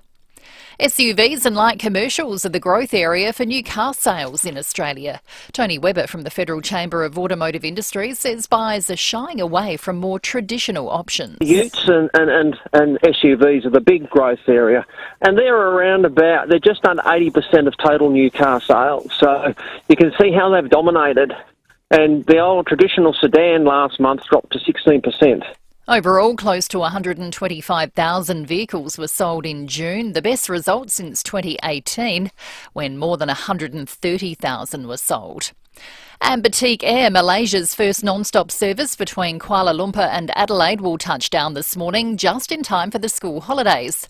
It'll operate 3 services a week from Kuala Lumpur to Adelaide on Tuesday, Thursday and Sunday, returning from Adelaide to Kuala Lumpur on Monday, Wednesday and Friday. Now turning to 5AA Sport. Check out Gliderroll Garage Doors' new Timber Look Native Series sectional doors. Gliderroll.com.au. Here's Jono Edwards. Thank you, Kendall. 3 more Australians have booked their place in the second round at Wimbledon. Alex de Minaur, Chris O'Connor and Jason Kubler all closed out their matches after they were suspended due to poor light on day 3. To cricket, and Mitch Marsh has stood tall for Australia in the 3rd Ashes Test at Headingley, lifting the Aussies to a crucial 263 first innings total. Sam Jordan is there. The eyes of the sporting world were on Headingley today to see what kind of reaction English fans would give the Australian cricket team after that controversial stumping at Lords. But for the most part, it was a very welcoming reception by everyone here in Leeds towards the Australian team. Instead, all the action was on the field. Mitchell Marsh making a century in his return to the Australian Test team. His last match was 4 years ago on an Ashes tour here in the UK. He stepped in and replaced Cameron Green before getting a wicket late with the ball. This match is evenly poised. The home side 3 for 68 at stumps. Meanwhile, in cycling, today Pakasha has taken out stage 6 of the Tour de France. Australia's Jai Hindley finishing in 6th, relinquishing the yellow leader's jersey. And finally, last night Richmond defeated Sydney by 13 points at the MCG after trailing at every break. The final score 12-16-88 to the Swans 11-9-75. And that's the 5AA Sport. Now to the traffic. Planning a function? Speak to the Adelaide Convention Centre team to elevate your vision for your next event. You're working pretty well this morning. You shouldn't have any hassles getting where you were going. However, do look out for a breakdown at Cavan, Paul Wakefield Road near Churchill Road. A couple of burst water mains about, one at Modbury, North East Road at Smart Road, and another at Urbreak, Glen Osmond Road at the bottom of the freeway. But no great dramas with those. And look out for cameras this morning. Don't let them ruin your weekend. Gorge Road, Paradise, and Grand Junction Road at Hope Valley. The Guzmani Gomez Cully Burrito with its Chipotle seasoned fries, choice of filling, fresh pick of the gazebo, guac, sour cream and more. It's legendary, only at GYG. Adelaide's most accurate traffic on 5AA. When you've earned your dream bathroom, speak to Bathrooms by Design, Clovelly Park and Lonsdale. Showers and the chance of a thunderstorm this afternoon, a high of 16. Showers and windy tomorrow, 15. Sunday, a shower or two and 16, and more of the same for Monday. At the moment, 10. More news as it happens on 5AA. The Cherry Motor 5 has the sort of features you'd expect to find in a car 3 times its price. Heated seats, automatic locking and unlocking, remote engine start, 360-degree camera, parking sensors, the list goes on, and it's all in the new Cherry Motor 5 from Cherry Glen Osmond. It also comes with a 7-year warranty, 5-star safety and fixed price servicing, all from $33,000 drive away with immediate delivery. And pay even less for a low mileage demo of Motor 5. Visit gocherry.com.au or call into Cherry Glen Osmond next to Formula Honda. 5AA Breakfast with Tom Rehn and Lucy Lokan. Test drive the Cherry Motor 5 at Cherry Glen Osmond from $33,000 drive away with immediate delivery. Go Cherry. 7:37 on your Friday morning. Coming up this half hour is Feedback Friday in the next 15 minutes. If you want to be part of Feedback Friday, there are no wrong answers. We need 3 callers. Your chance to win a $100 Samtas Seafoods voucher coming up very shortly. But if you jump on the Foodland Supermarkets Facebook live stream, you'll see we have a special guest in the studio, and Foodland does also bring us a Ratio Fantasia with more stores close to home and everyday low prices. Great food lives at Foodland, the mighty South Aussies. Orazio Fantasia, intercepted almost by Orazio Fantasia. Orazio Fantasia, Orazio Fantasia, Orazio Fantasia, Orazio. Ho, ho, ho, it's magic. Morning to you, Ratio. Morning, guys. It's funny, I was just thinking maybe we ought to chop off a few of BT's Oratios there. It's too long for you? It's a lengthy intro. Yeah, it is. It's great, but anyway, we'll get into it. You've been in the news this week. Do we want to start there, or do you want to talk about your playing this weekend? Whatever you like. We can talk. We can start wherever you want. Well, maybe we'll start with the good news. You're back on the field this week, which is great, and looking to hopefully play a little bit of time in the SANFL. Yeah, I'm going to play the first half, and then we'll assess from there, which is good. So I've had that little hammy strain, which is nice. The bye sort of came at a good time. So play the first half, and if I'm going really well and feeling good, I'll keep rolling out. And if I feel like that's enough, then we'll call it there. Which is great. So hopefully build a half or so of football into maybe 3/4 or a full game the following week, and then I guess you're up for AFL selection. Hopefully then away, yeah, that's the plan. So that must be nice. I mean, I know you've had your issues the last couple of years. We've documented it a lot here with you. It's always good to be back on the park. Yeah, definitely. I think that's when you're your freest and you get the 2 hours on the weekend to just enjoy. And I think obviously it's been challenging 2 years, or 3 years nearly. I haven't really played as much footy as I would have liked, so to be out there and hopefully get back and contribute, and that's the biggest thing. I feel like I can still contribute to the team, even though we're winning 13 in a row, we're going really, really well. I still feel like I can add a different dimension to the forward line when I'm up and going. Yeah, no doubt about that. Lucy touched on it. You have been in the news this week a bit, and talk about you. I know you're out of contract at the end of the year. We hope that you go on. Talk, though, that has linked you back to Essendon. What did you make of that when that story came out? Yeah, I actually thought it was a joke, because I got a message from Sam, who was writing the article, saying that he'd spoken to my manager, Michael, who's no longer my manager, and I'm going to write the story. So I thought it was one of the boys just taking the piss out of me.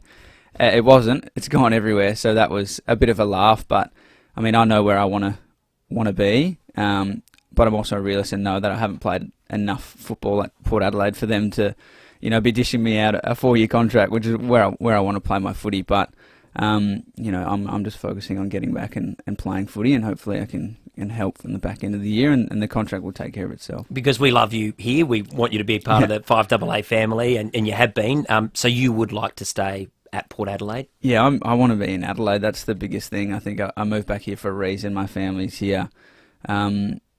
I'm about to hopefully start a business venture with a few friends, opening a little cafe, which would be awesome. About to get married soon as well. But, I'm a realist, as I said before. Football's football, and if I haven't played and Port Adelaide say you haven't done enough, then I've got to look at something else, and it might be in the SANFL to try to get back in the AFL. There's so many different avenues, but I still feel like I've got a lot of AFL football left in me. Well, you're only 27, Orazio, so you have had your injury problems, but you're still young, because you haven't played as many games as you would like, the body's not been smashed around on the football field. But like you said, if it meant that you had to go to Essendon or West Coast or wherever. Now, hopefully it's Port Adelaide, and I know Ken's a big fan, but you have to be open to that as well. Yeah, and Kenny and I had a good chat about this even yesterday, and he said, we want you here. We just need you to play. And I said exactly the same thing, and I said, I'm realist, I understand that. And I want to be here, and I want to play. I want to play as many games, and I would have liked to play, a lot more in the last couple of years. I know the article tried to use the "you have a house in Melbourne" line, which, everyone in media draws a connection instantly to another city. So if you're firm on Port, that's good news, and we hope the body gets right. Where does the business venture, when's that taking place? I know footy season's got a couple of months left. How exciting. You always come in with your coffees and Italian sweets, so I'm already excited. Yeah, and that's hopefully, what it's going to be based around. A little cafe on the other side of the city, so get a few guys through, and maybe we can have you down for a little soft opening for a few coffees. Yeah, that'd be... Oh, you'll go bankrupt. The amount of coffees we go through here at FIVEAA, there'll be none left for anyone else. Big game this week, Orazio, obviously. They're all big games, but 12 in a row now for the footy club, looking to make it 13, and some good names back as well. I mean, competition is hot. Junior Rioli back in the side, which is great. So some real strength being added to this squad. Yeah, and he makes us so much better in that forward line, his pressure and his skill. So, we've got to try get him the ball at times and let him do his thing. So him coming back is huge. And as you said, challenge for spots is as hot as it's ever been, I think, in my time at the club. And that's what you want, really, and there's disappointed guys when you're not playing. But it's a good thing because it keeps you hungry and you have to play well. And if you don't play well, then, someone's coming in. And a milestone as well, Charlie Dixon's 200th game. It's funny, they're all big boys to me because, as you know, I'm tiny. But, I'm the same, Rennie. I feel you, mate. I feel you. But when you stand near Charlie, there's just something about him. He's so imposing. It must be great to play next to a guy where, if things get tight or tough or physical out there, I've got this bloke next to me. That's nice. Yeah, he's got your back. He's coming in, charging, and I think he said in his press conference he's got to control his anger a little bit. He's worked on that, but we love it when he gets angry because everyone gets scared of him. So, you just start a little biff and then, come on, Charlie, come over and help me out. He's got his back, and him and Pal Pepper, and, they're the big boys that got us our back down there. The kick after the siren the other day showed you guys are clearly comfortable under pressure, even in away games. This Saturday night, Adelaide Oval. Is that a different kind of pressure, though, for the team, or you're with 12 in a row, or is this only going to amplify the success and make it easier? It's a good question. I think we're not really putting ourselves under pressure in terms of, we've got to win. It's fantastic that we keep winning. I think we just want to keep being consistent in how we're playing, and that's correlating to those results. So that's been the most pleasing thing. And I think we did talk about it a little bit now. We're sort of becoming the hunted a little bit, which is we're sort of embracing that, and we're actually enjoying it. So everyone's going to try and come after us and knock our streak off, and we sort of just we like it. What about that kick after the siren? Where were you watching it? Were you at home here, or it was in Dan Houston's hands in the wet? I thought, even Dan, I don't think can get the distance from there. But what a kick! Oh, it was incredible. I think all of us had our sort of hearts in our mouth just watching that. But he hit it so pure. He's probably him and Kane Farrell are probably the two that you'd want the footy, in their hands at that moment. So we had some confidence that he was going to kick it. Unbelievable. Well, that's the thing about Port. And I think the Crows as well, the kicking's improved so much. But Port, you've got so many weapons now. Dylan Williams is a great kick. Trent McKenzie kicks it long as well. Houston. There are some genuine legs in that side. Yeah, and that's our weapon, and that's why we want to get them the ball and start running at teams and use their skill to sort of, break the game open a little bit. How are you feeling this weekend? You're up against, is it the Eagles? Woodville, yeah. Yes, with Woodville, who also have their fair share of ex-AFL players. They do. Do you reckon it'll be a tight contest, or you're hoping you guys can run away with it? No, I think it'll be definitely a tight contest. I was speaking to Jimmy Tumpus during the week, and he said it's an absolute mud pit. So I think if it's going to be raining, it'll just be a slog, and there might be... I think there was a game last year when there was 150 tackles or something. It could be one of those sort of days, I think.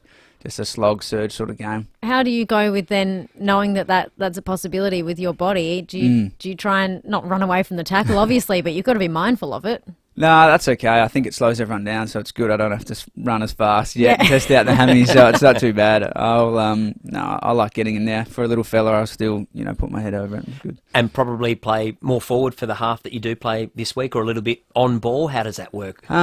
A little bit of both. I think in the past sample games that I've played, Goldie's been pretty good at rotating myself, Frankie Evans, Jetty Hagan through the centre bounce and sort of just getting a bit of speed through there and then sort of resetting forward. So I'll get a little bit of both, hopefully. Well, this is the thing. The sample's got so many players that are doing well. Francis Evans, as you said, Jace Burgoyne has been playing well. Sam Hayes gets his opportunity this week, but there's a lot of guys that are playing pretty good stuff at the moment. Yeah, and that's Ryan that can't get in, which is it's frustrating for them. And I think we've had a lot of discussions about just keep going. Like you'll get your opportunity, you've just got to keep going because as soon as you drop off, then that takes the pressure off the AFL and we get a bit complacent. So it's just about keep being consistent.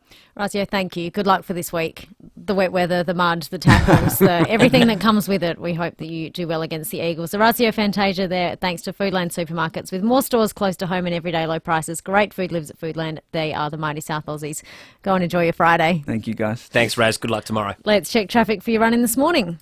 Thanks, Lucy. She's doing pretty good on the roads this morning. No great dramas. Do have a breakdown slowing things up at Cavan, however. Port Wakefield Road near Churchill Road North.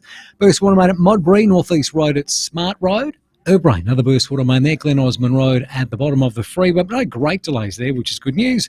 But do have a few cameras to look out for. You'll find them Gorge Road Paradise and Grand Junction Road at Hope Valley. It's DIY July and Bunnings can help you get it done for less. Head in store or check out the Bunnings website for project inspiration and advice this DIY July. Adelaide's most accurate traffic on 5AA. Hello, I'm Lynn Andrews. At Lynn Andrews Real Estate, we've seen a lot of change in the property market over the last 50 years. But one thing remains constant, our passion to help people invest in the future, to build strong property portfolios in commercial and residential real estate. Our commitment to property investment over the years means we have a wealth of knowledge to share with you. We are here to help.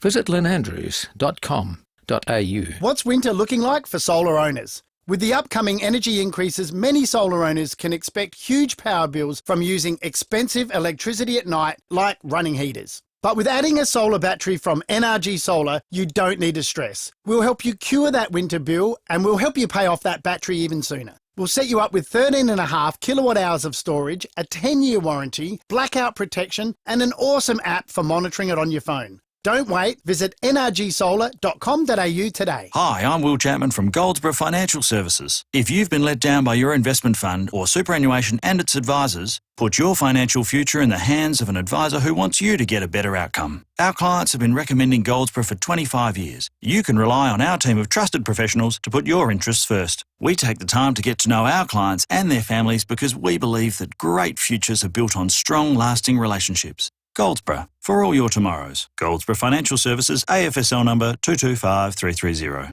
Hey, coming up shortly, Tommy, we are going to be doing Feedback Friday. If you'd like to be part of Feedback Friday, give us a call now, 8223 0000. But first, I really would love to have a chat about this fabulous Bathrooms by Design because, Tom, although I think you're a few years off becoming an empty nester, but it will be good for you when you get there. Yeah, it's probably approaching a bit faster than I would have liked, but yeah, still a few years away at the moment, Luce. But imagine eventually a bathroom that's not full of kids' bath toys or teenager clothes everywhere or, God for help it, the hair dye on the bath or the sink. Oh, you should see it. It is an absolute mess most days, Lucy. The kids run amok. The boys, they're an absolute disgrace with what they do to me. So I can only dream of that at this point. But one day, I can see it in the future, my bathroom will be my own. And if you've earned your dream bathroom, you might be in that fortunate position, then you have to choose Bathrooms by Design. Now, they specialise in premium bathroom creation and installation.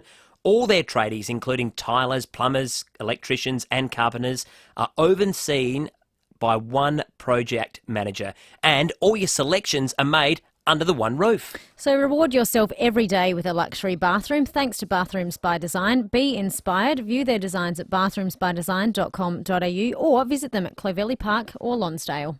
Some builders think a sloping block has limitations. When Beechwood Homes look at a sloping block, they think, the possibilities. Beechwood Homes know how to make the most of a sloping block. In fact, they specialise in them.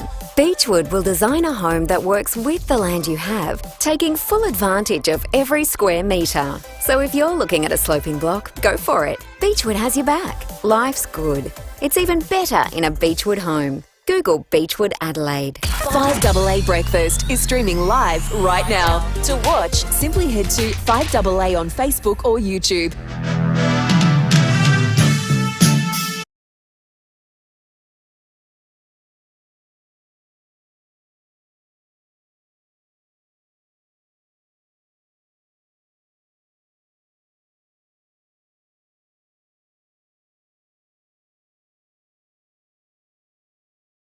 Delivery. Visit Cherry Glen Osmond. It is time for Feedback Friday, 7:51 on the Friday morning, of course. We've got room for one more spot if you'd like to be part of Feedback Friday. No wrong answers. And you've got a 1 in 3 chance of winning a $100 Sam Tass Seafoods voucher. You'll be able to hear on the line our first couple of callers. There are no wrong answers. We would love to hear your feedback over what's made news in the past week. Let's get into it. Mark in Summertown, good morning to you. How are you doing, both? Yeah, Good, thank you, Mark. Very well, thank you, Mark. Now, we spoke earlier about Donald Trump Jr. not being allowed in Australia, but if he had been allowed here, would you pay $300 to go and hear him speak? Oh, good heavens, no, not unless they gave me something to throw at him. Would you pay any money to go and hear him speak? No, I don't think I would. No, doesn't interest you? No, he doesn't.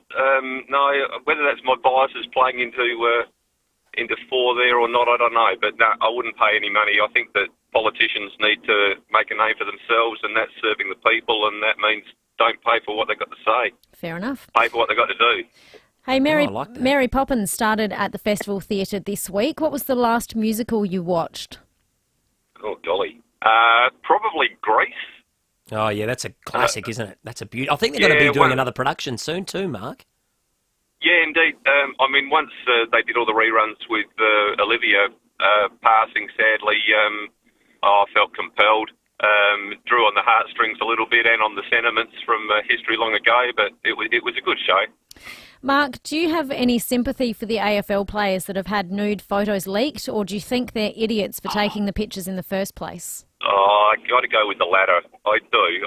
I really don't think a lot of common sense has played into that. For what might have been a bit of a giggle at the moment, they've got to think a lot more long term than that. I think they get paid to have a bit more wisdom than what was demonstrated there. You could have a similar thought with this question. With Nick McBride leaving the Liberal Party this week, he's moving to be an independent. Should members of Parliament be allowed to leave their political party and become an independent right in the middle of a parliamentary term? No, I don't think so. I think our speaker that did that a long time ago that swayed the vote on Peter the Lewis? election. Yep. Peter Lewis, I think that was a dreadful thing. Voters vote for them not just as an individual, but in the capacity that they represent. And once that's turned down in any shape or form, I think that they need to go for a re-election on the seat. And final one, Mark, it is World Chocolate Day. We were chatting about Turkish Delight yesterday. Are you a yes or a no for Turkish Delight? Oh, no, I'm big on it. I don't understand the furor. I think it's good gear. Good gear. Turkish Delight from Mark in Summertown. Some good answers there from Mark. Thank you, very Mark. impressed. Let's move along to Sam in Theberton. Morning to you, Sam. Good morning. Now, the cost of a loaf of bread has hit $5. A recent study showed more than 20% of consumers end up throwing away some of the loaf as it's not all eaten before it gets stale. Do you manage to get through a whole loaf, or do you throw some in the bin? No, we, before it goes out of date, we'll freeze it, and then you bring it out and make breadcrumbs out of it. Yeah, great idea. Or you can use it for toast if you freeze it as well. I like that, Sam. Yeah, freeze it, make it for toast, but use it as you need it. Sam, UniSA and Adelaide University are set to merge. Should the name of the new uni just be Adelaide Uni or something different? Maybe I should have a competition and, give it a different name. Since there's two unis combining, because you've got UniSA, you've got Adelaide Uni, maybe come up with something different. I like it. Barbie the movie opens next Wednesday, starring Aussie Margot Robbie as Barbie and Ryan Gosling as Ken. Sam, are you going to head to the cinemas and see Barbie? Maybe we'll take the nephews and nieces that's- as an excuse to go watch the movie. That's a good answer. I think I will go because Will Ferrell's in it, and I think it's a bit of a spoof sort of thing. They're taking the Mickey, and I think, you take the kids. As I an reckon. excuse. Yeah, I like that. And Margot Robbie's just box office. I love her as an actress. She's stunning. Can't miss Margot. Hey, Sam, also something else to be watching this weekend. The Super League Netball Grand Final is on tomorrow. Adelaide Thunderbirds are playing the New South Wales Swifts. Are you going to watch?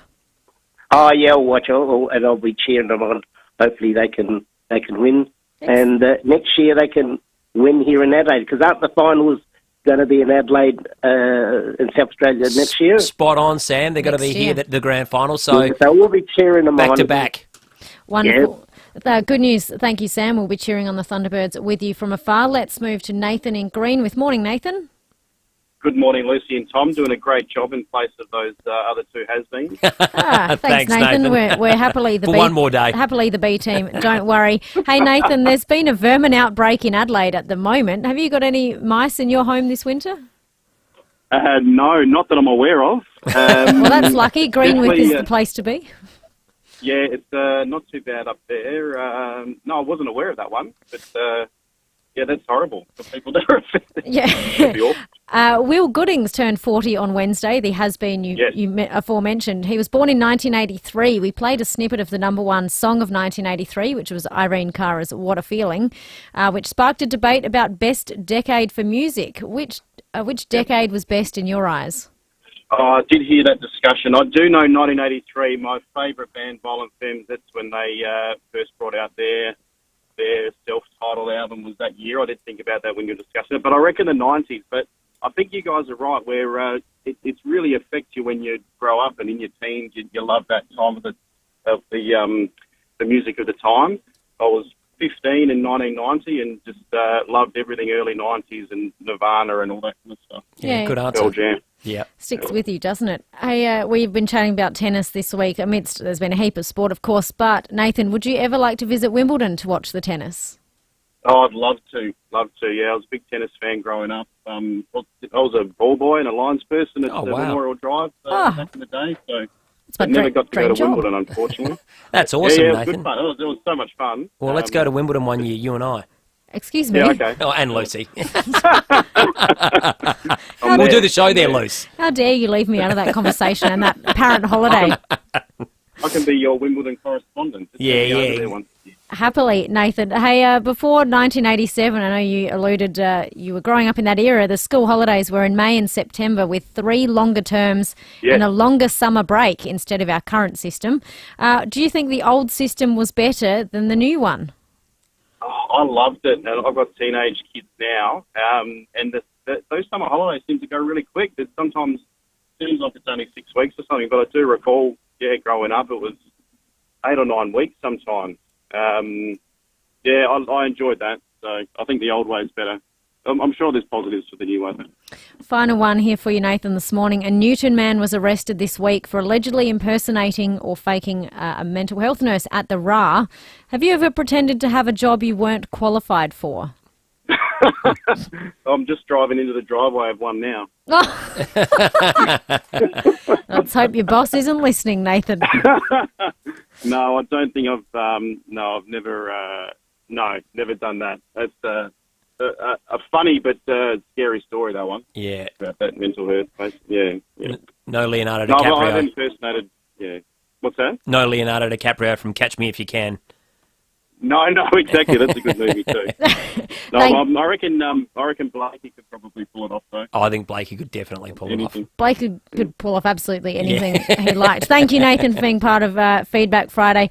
Look, I reckon Nathan's offered to take us to Wimbledon in no such terms. Yep. He's offered to pay for us to go to Wimbledon, Tommy. Yeah, well, that's pretty good, isn't it? Well, I haven't been to Wimbledon, and I work in sports. Surely We've got to go to, and Lucy, you are a tennis Yeah. absolute nut, and I say that with affection. You love your tennis and know it better than anybody. I know. Nathan has offered to be our Wimbledon correspondent one day, and you know what? That selfless offer, I reckon, gives him the $100 Samtas Seafoods voucher.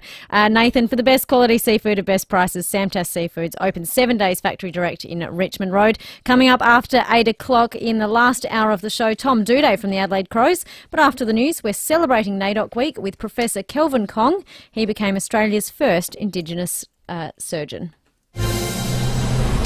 Online, on DAB Digital Radio and on 1395 AM. Talking Adelaide. This is Adelaide's 5AA. Showers developing with a high of 16. With the 8 o'clock news, I'm Kendall Brettig. Chipped windscreen? Complete Windscreens can repair it from just $99. Look for the big red koala. Major crash officers have flown to the state's southeast to investigate a fatal crash at Carpenter Rocks. A car ran off the road and crashed into scrub late last night, killing the 52-year-old driver. It's the 63rd life lost on our roads this year, 23 higher than a year ago.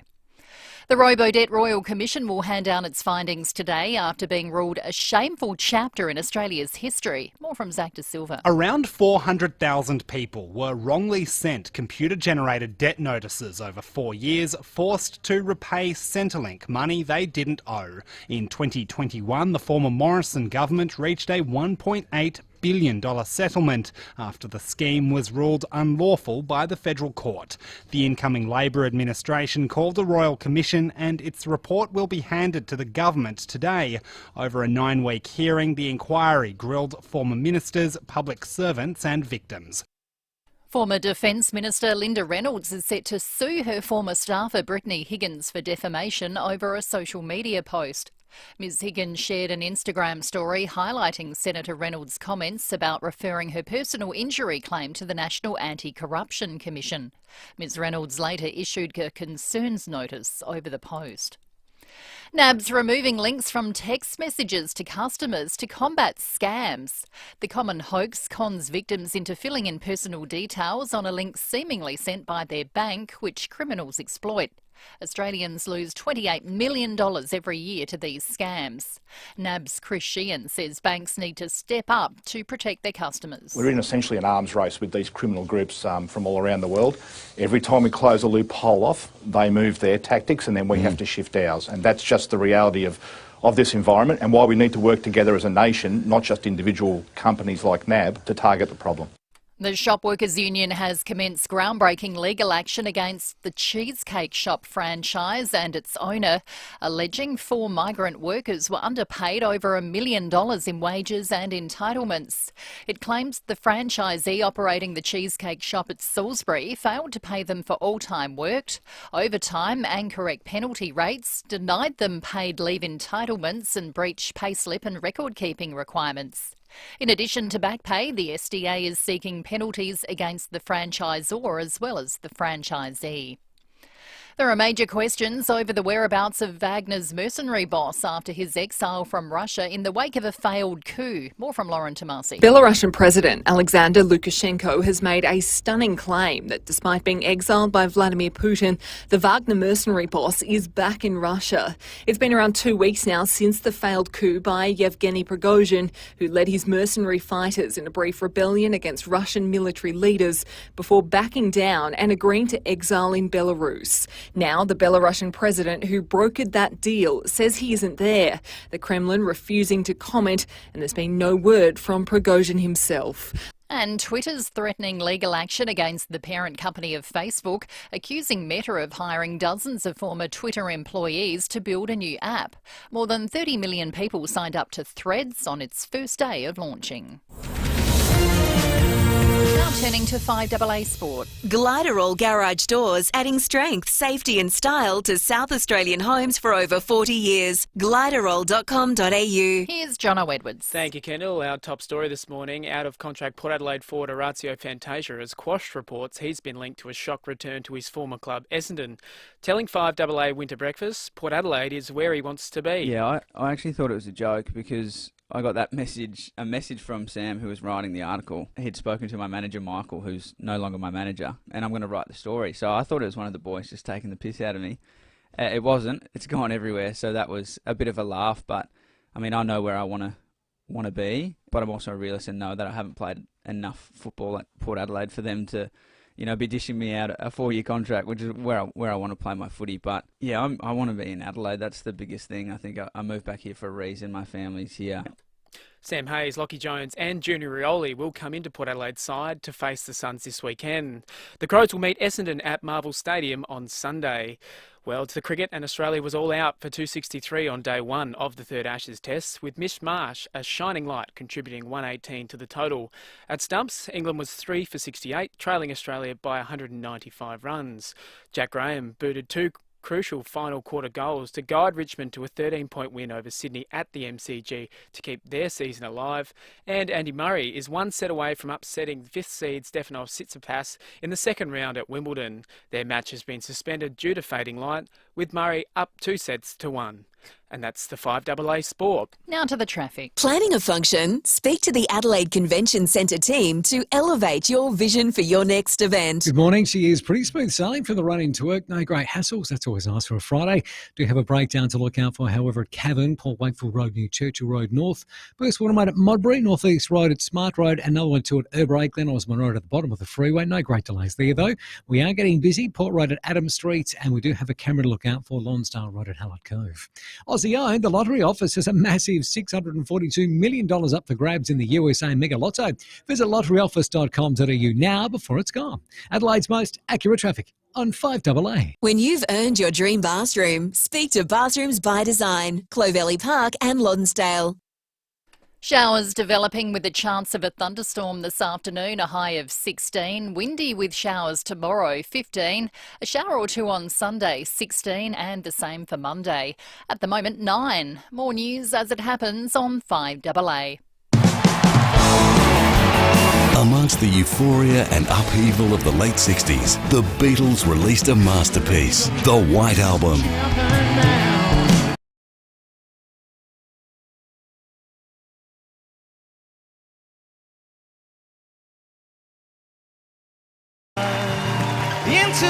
The White Album concert. One more time. Festival Theatre, Friday, September 8th. Book now at Ticketek.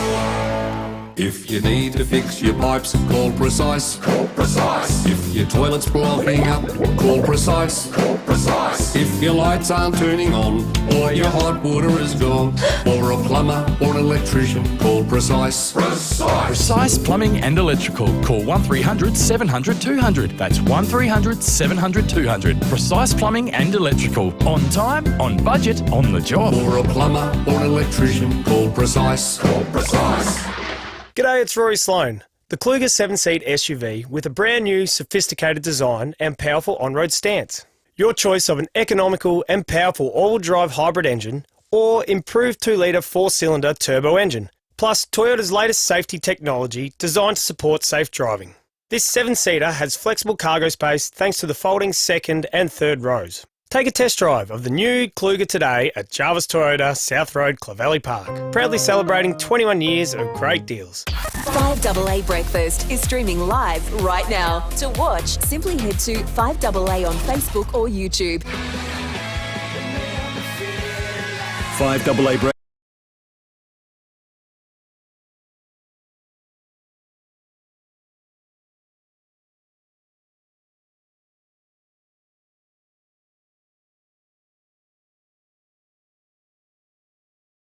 For your Friday morning, just 1 hour left of Tom and myself. It'll be Will Goodings and me next week on Brekkie, but coming up after 9 o'clock this morning is the morning show, and following on for the rest of our winter programming today.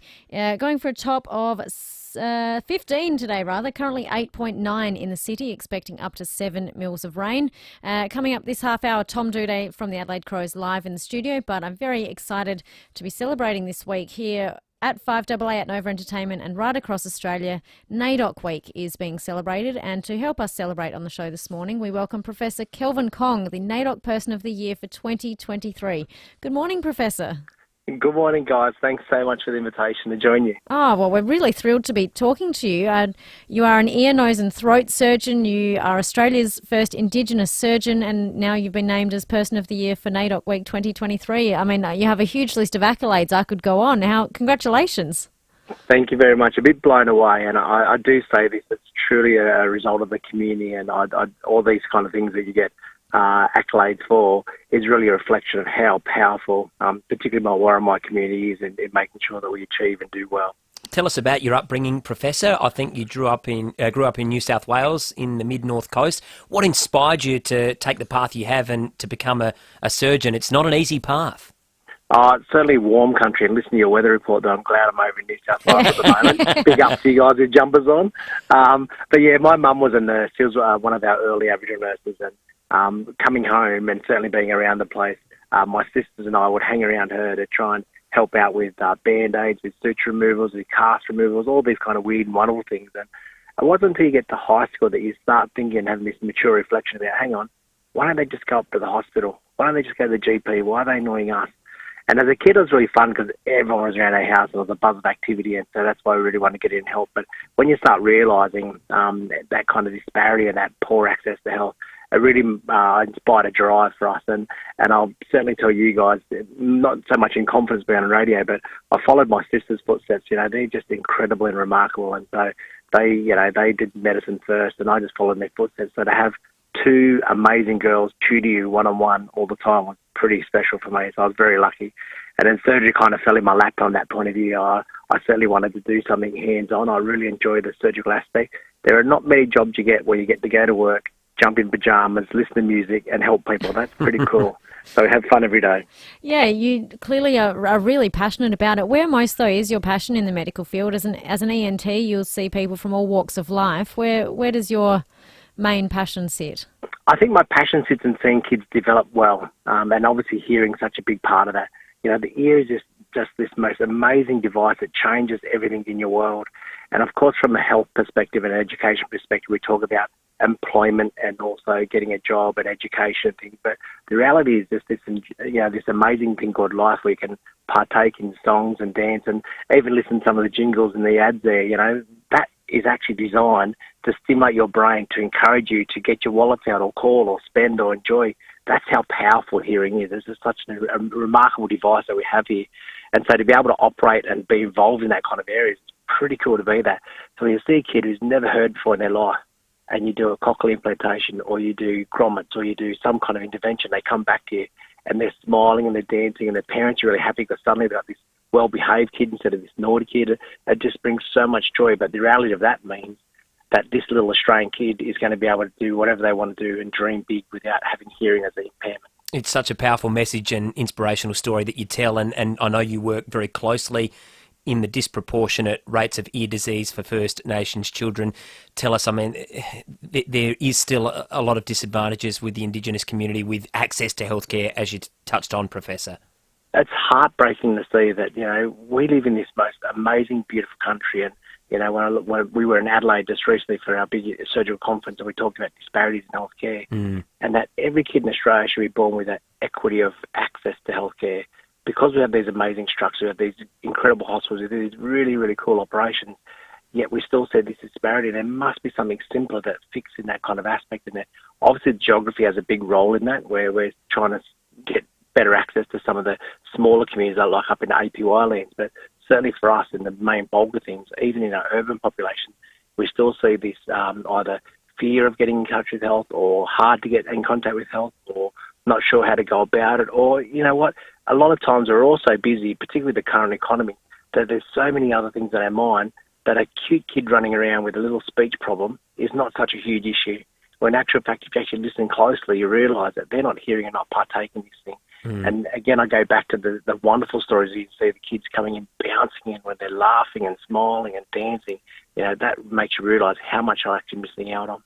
Dr. Kong, you just touched on there being able to travel to places like the APY lands. How much of your year is revolved around travelling to a lot of communities to spread your knowledge and education? I hope you can get out to nearly everyone, but I understand that's a big ask. It'd be so nice. I'd love to. And again, you know, one of the things that I get out of it is so much more than sometimes I feel a bit cheeky because I gain more than I give back in some areas, because some of the parts of Australia, which I encourage every listener to go see, is just beautiful.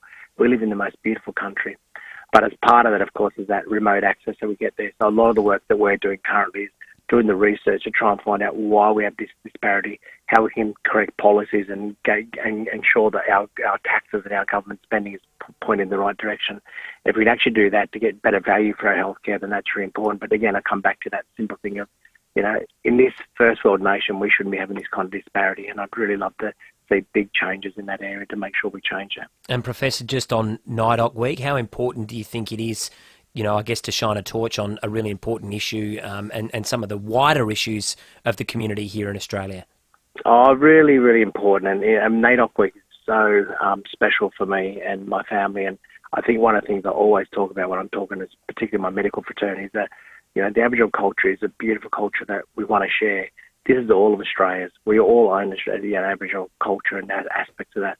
And to be a part of that and see the wonderful stuff is really, really exciting. It's really warming, and it's also part of us in every Australian in our bloodline. And as part of that, then, it's important to celebrate the successes as well as highlight some of the disparities. And some of those successes you see in the NAIDOC celebrations have been incredible. And I just, in that room on that night, looking around and seeing these people, I was really starstruck and in awe of some of the incredible things people are doing. And I think for that, it's really important to acknowledge that, but also to highlight and get that opportunity to have that platform where not many people get that opportunity to share their experiences, to say, you know what, it's a really cool room, but there are some real things we need to make sure we keep the eyes on the prize and make sure that our future generations don't endure what our parents and our elders had to go through. Dr. Kong, it's so inspiring to hear you talk about the medical profession and your Indigenous upbringing and the continued work you do. It's been really wonderful to chat with you this morning. Thank you. Thanks so much for having me on the program. Have a great day, guys. Thanks, you Professor. As well. Professor Kelvin Kong, the NAIDOC Person of the Year 2023. There's a huge list of his achievements and they're also thoroughly deserved. He's well worth a Google. Just Google Professor Kelvin Kong, ear, nose and throat surgeon over on the east coast of Australia, but he travels around. And he was Australia's first Indigenous surgeon. Both of his sisters, twin sisters, Marlene and Marilyn, also doctors. His mum is a nurse. His dad is a doctor. It's nice to see the medical profession and a passionate doctor just running the family like that. That was a really nice interview. Yeah, and, continuing to do good and to give back to the community as well and speak so beautifully as well. And a great ambassador for NAIDOC Week as well. Coming up after the break, we will chat with Tom Duday from the Adelaide Crows. He is in studio. After 8:30, we will be joined by Bim Lange. He's Mayor of Tanunda over in the Barossa. Some information's come out this morning around Gather Round. We will speak to him after 8:30. And, of course, get to some more of your Meat Tray Friday calls. Meat Tray Friday, all thanks to Barmu Oink Butchers today. Meal solutions for your everyday, 378 Findon Road, Kidman Park.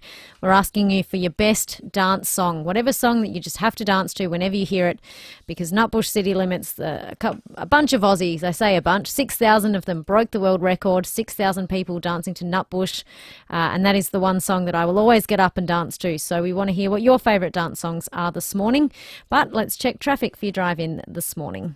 At Cavern, got a breakdown on Port Wakefield Road near Churchill Road North. Modbury burst water main there, North East Road at Smart Road, while at Erbray, another burst water main, Glen Osmond Road at the bottom of the freeway. No great delays there at the moment though. Starting to build South Road at Edwardstown with cameras Arthur Street Tranmere, and got one setting up right now Lonsdale Road at Hallett Cove. Get 10% of your purchase price back in an Amart gift card when you spend $499 or more on full price items. T's and C's apply. Offer only valid in store until Sunday at Amart. Adelaide's most accurate traffic on 5AA. Rowie and Timmy G on the 5AA Sports Show.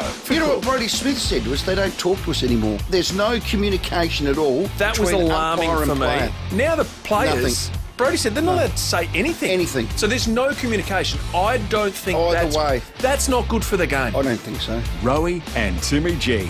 You need to be able to have a discussion, not challenge the decision. Now, it's no different to a kid in school. You're allowed to ask a question of the teacher. 4 p.m. weekdays on 5AA. Love craft? Love Craft Alive Adelaide. Book your ticket now. Love shopping classes and displays at Craft Alive Adelaide. Classes include fabric collage, English paper piecing, textile art, free motion quilting, applique embroidery, fabric painting, card making and scrapbooking. Plus yarn, lace, fabric, furniture and storage, sewing machines, long arm machine and paper craft retailers. Learn, shop and be inspired. Craft Alive runs the 7th to 9th of July at Adelaide Showground, featuring the SA Quilters Festival of Quilts exhibition. Buy tickets at craftalive.com.au. While man first walked on the moon, the Beatles' masterpiece White Album topped the charts. 55 years on, 21 sensational rock stars perform the White Album in concert, live and track by track. Featuring Chris Cheney, Phil Jamieson, Tim Rogers and Josh Pike. The White Album concert. One more time. Festival Theatre Friday, September 8th. Book now at Ticketek. Cheese, crepes, champagne, merci.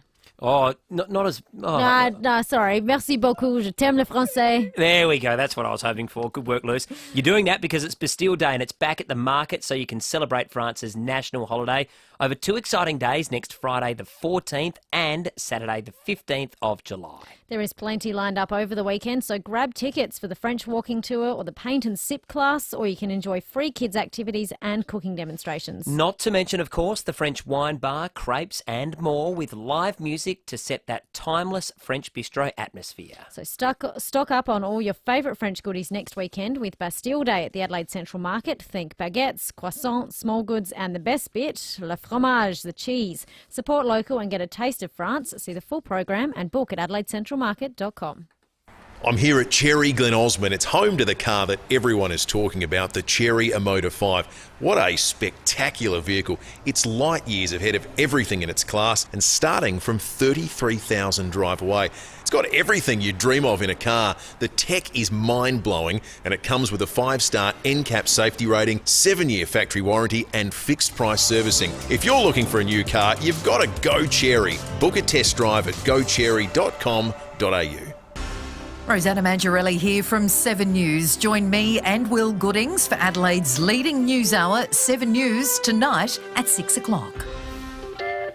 5AA Breakfast with Tom Rehn and Lucy Lokan. The Cherry Emotor 5, state-of-the-art driving from 33k drive away with immediate delivery. Visit Cherry Glen Osmond.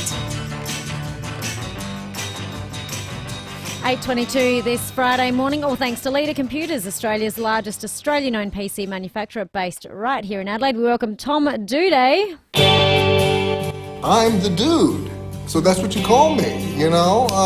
That or his dudeness or duder or, El Duderino if you're not into the whole brevity thing.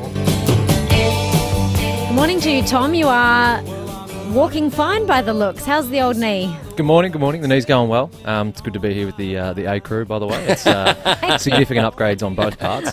But no, it's come along well. Got rid of the crutches last week. Back in the gym doing like quarter squats and step ups and all the little minor things. They're only minor at the moment, but they feel major after a couple of weeks on the couch. So all positive. You gave us a couple of compliments there. Are you? Oops, sorry, I just faded your music back up. Did you want a gig here or something? You want to be part of the I've team? been angling at that for 3 years, but I just haven't had the courage to tell Pembo and Will, so I just thought I'd slide it in this morning and then figure that out later. But no, it's obviously a nice little change up. You get a bit sick of Pembo and Will sometimes, and you two are big upgrades, I reckon. Little circuit breaker, but the good news is Will be back on Monday with Lucy. But hey, we all sort of feel like we're riding the journey with you because you talk to us every week, and I know it is a long journey and it is probably tedious for you at times, but great news that the crutches are gone. That must be a nice little milestone to overcome.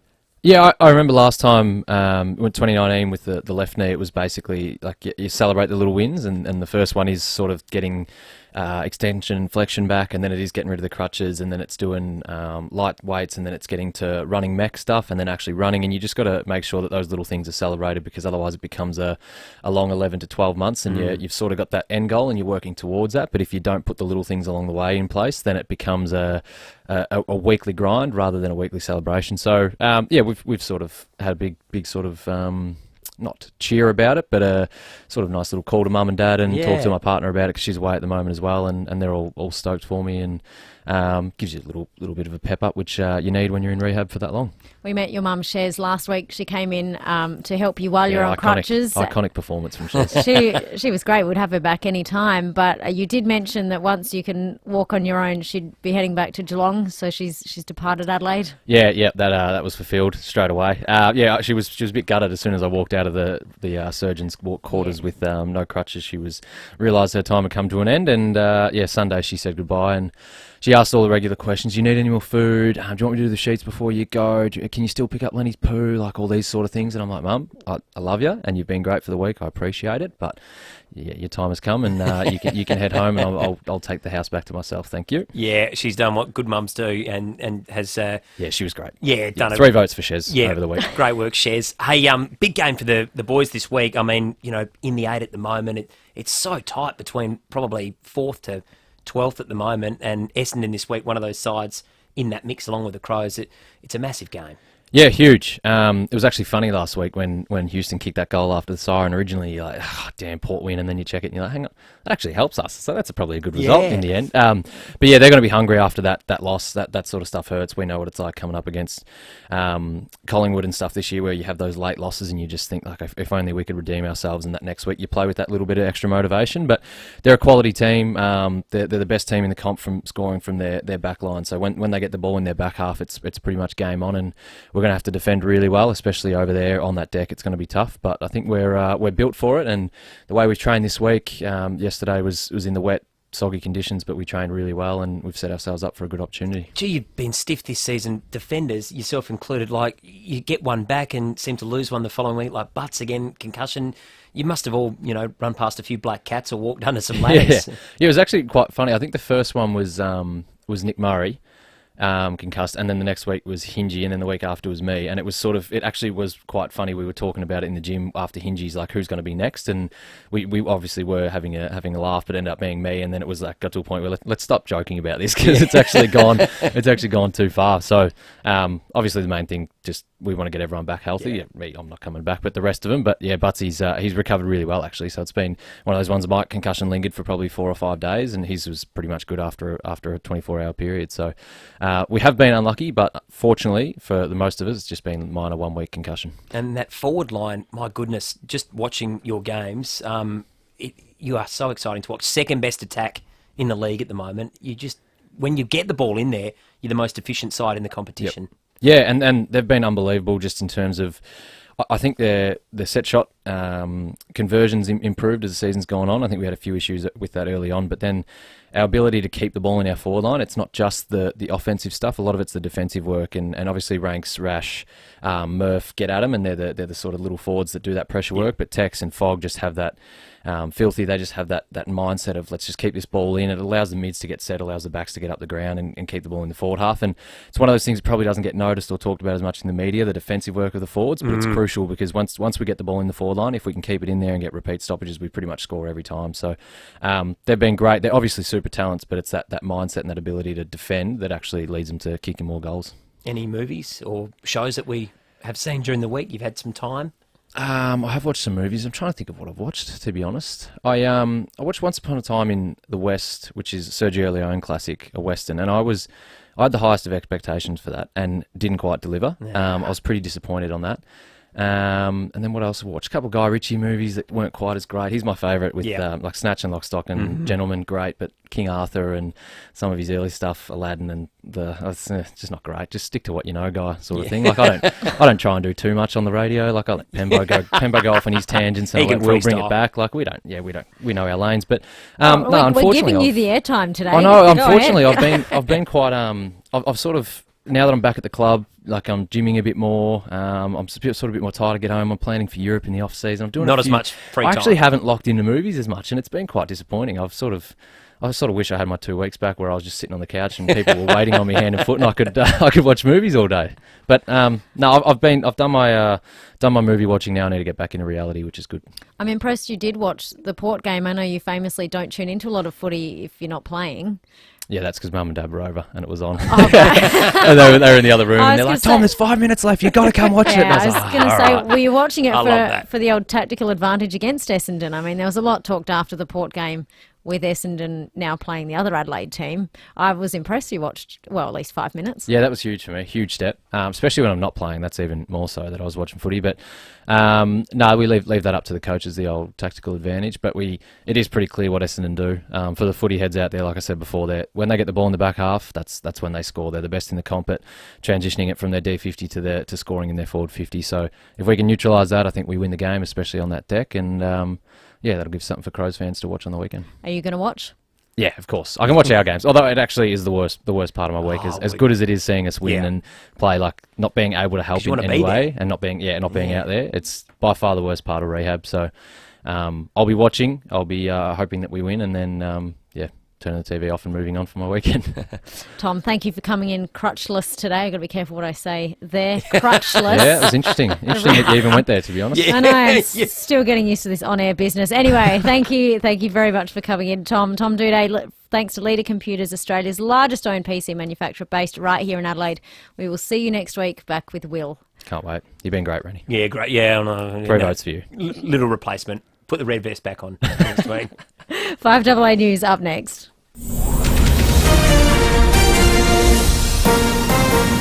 This is Adelaide's 5AA.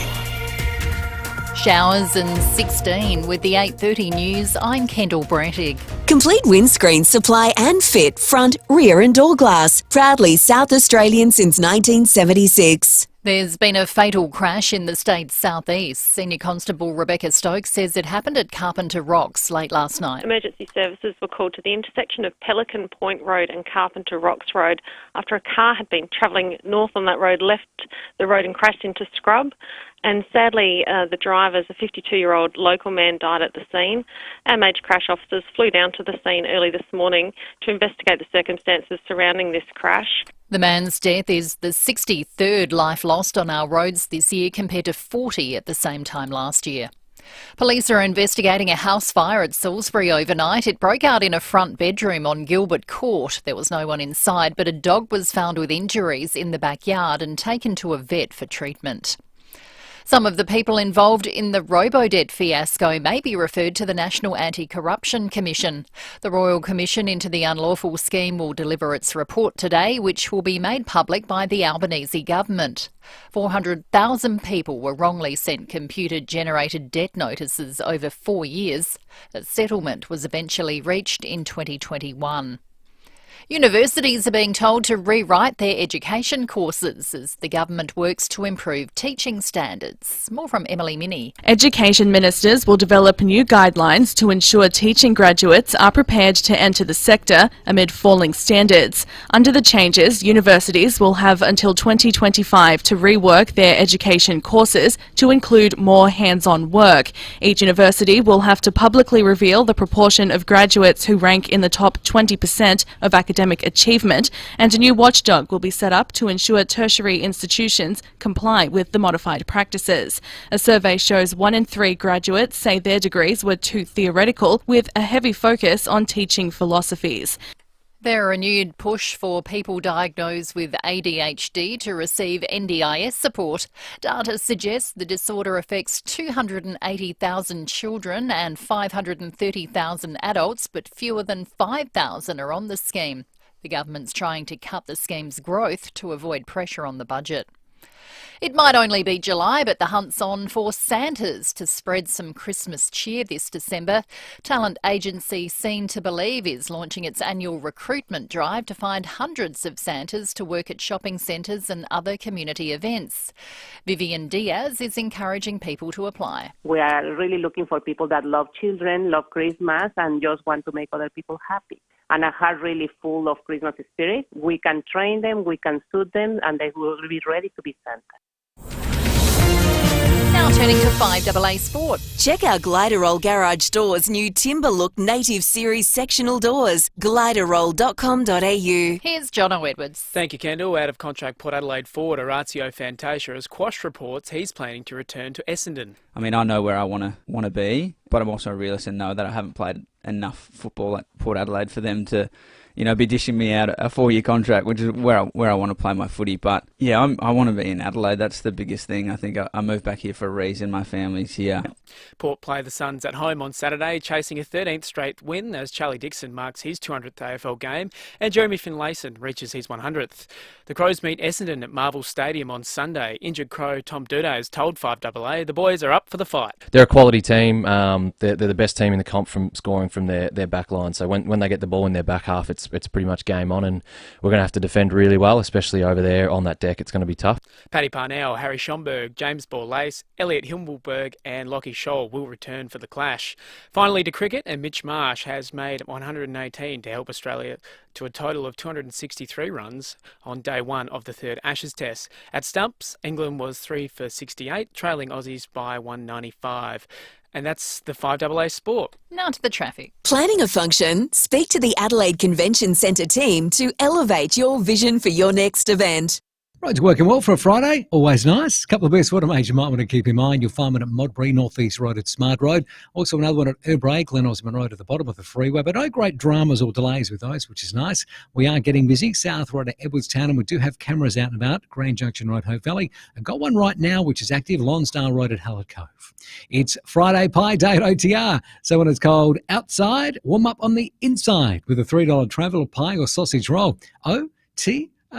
Making life easy. Adelaide's most accurate traffic on 5AA. When you've earned your dream bathroom, speak to Bathrooms by Design, Clovelly Park and Lonsdale. Showers developing with a chance of a thunderstorm this afternoon, a high of 16. Showers and windy tomorrow, 15. A shower or two for Sunday, 16, and more of the same for Monday. At the moment, 9. More news as it happens on 5AA. We've all got our favourites in life, and there's nothing better than a trip up the hill to the Barossa. Ancient soils, old vines, and plenty of those first-class wines. A must-stop while you're there is my mates at Rusden Wines. I've done the trip, and there's nothing better than sitting in front of that fireplace with a glass of my old faithful Blackgut Shiraz. Footy season means red season, so do yourself a favour and make your next red a Rusden. Check out rusdenwines.com.au. A lot of shopping centres are the same. Same predictable shops, same people. But if you want something new, check out Newton Central with Drake's, Barossa Fine Foods, Seafood Works, Target and many more specialty shops. It's the kind of centre where you can get some retail therapy, do the weekly shop, or gather all the fine ingredients you need for an impressive family feast. Want something new in your life? Choose a new local. Choose Newton Central, Gorge Road, Newton. Hey, you in the car. If your next service is due, just remember that Mawson Lakes Mazda has your back. We'll take care of you with next day servicing, complimentary loan car, vacuum and wash, and your breakfast or lunch is on us. Your car gets the love too, with our state-of-the-art service centre brimming with top-trained mechanics. At Mawson Lakes Mazda, we'll look after your car and look after you. Mawson Lakes Mazda, just a short drive from the city. In tough times, it's the simple things that make a big difference. Like $17 schnitzel days at the Albion Birkenhead Tavern, Excelsior and the Lighthouse Wharf. We know the humble schnitty can't fix all our problems, but we do know it'll put a smile on your dial. $17 schnitties Mondays, Tuesdays and Wednesdays at the Albion Birkenhead Tavern, Excelsior and the Lighthouse Wharf. Making the world a better place. One schnitty at a time. Got to start somewhere. You just know it's a Barreau Hotel. 5AA Breakfast with Tom Rehn and Lucy Lokan. Test drive the Cherry Emoda 5 at Cherry Glen Osmond from 33k drive away with immediate delivery. Go Cherry. 8:38 on your Friday morning. 20 minutes left of the Brekkie Show with myself and Tom Wren, but up after 9 o'clock is Matthew Pantelis for mornings. Will Goodings coming back on Monday for Brekkie. It will be Will and myself from Monday at 6. Also, this half hour will fit in a few more of your Meat Tray Friday calls, all thanks to Barmu Oink and the best of John Bake's Blake's behind closed doors. Blakey will also make a return to the radio airwaves next week. He will be back from holidays. Now, it was about this time last year, possibly sometime last year, we spoke about Tanunda being one of the main locations for Gather Round. Now, of course, Gather Round didn't end up going to the Barossa, but this time we did speak to Bim Lange, the Mayor of Barossa Council, about how prepped they were for a possible Gather Round game. They didn't end up there, but fresh out this morning, Tanunda in the Barossa Valley, this is Matt Turner from The Advertiser, says that Barossa Valley firming to host Gather Round in 2024. We're joined again by Bim Lange, Mayor of the Barossa Council. Good morning to you, Bim. Good morning, Lucy. How are you? Yeah, very well, thank you. The opening line here from Matt Turner, it's in the box seat to host at least one regional AFL match in next year's Gather Round. How legit are you taking that sentiment, Bim? Oh, well, without any doubt, the Premier has been pushing the Barossa right from the onset with the Gather Round last year.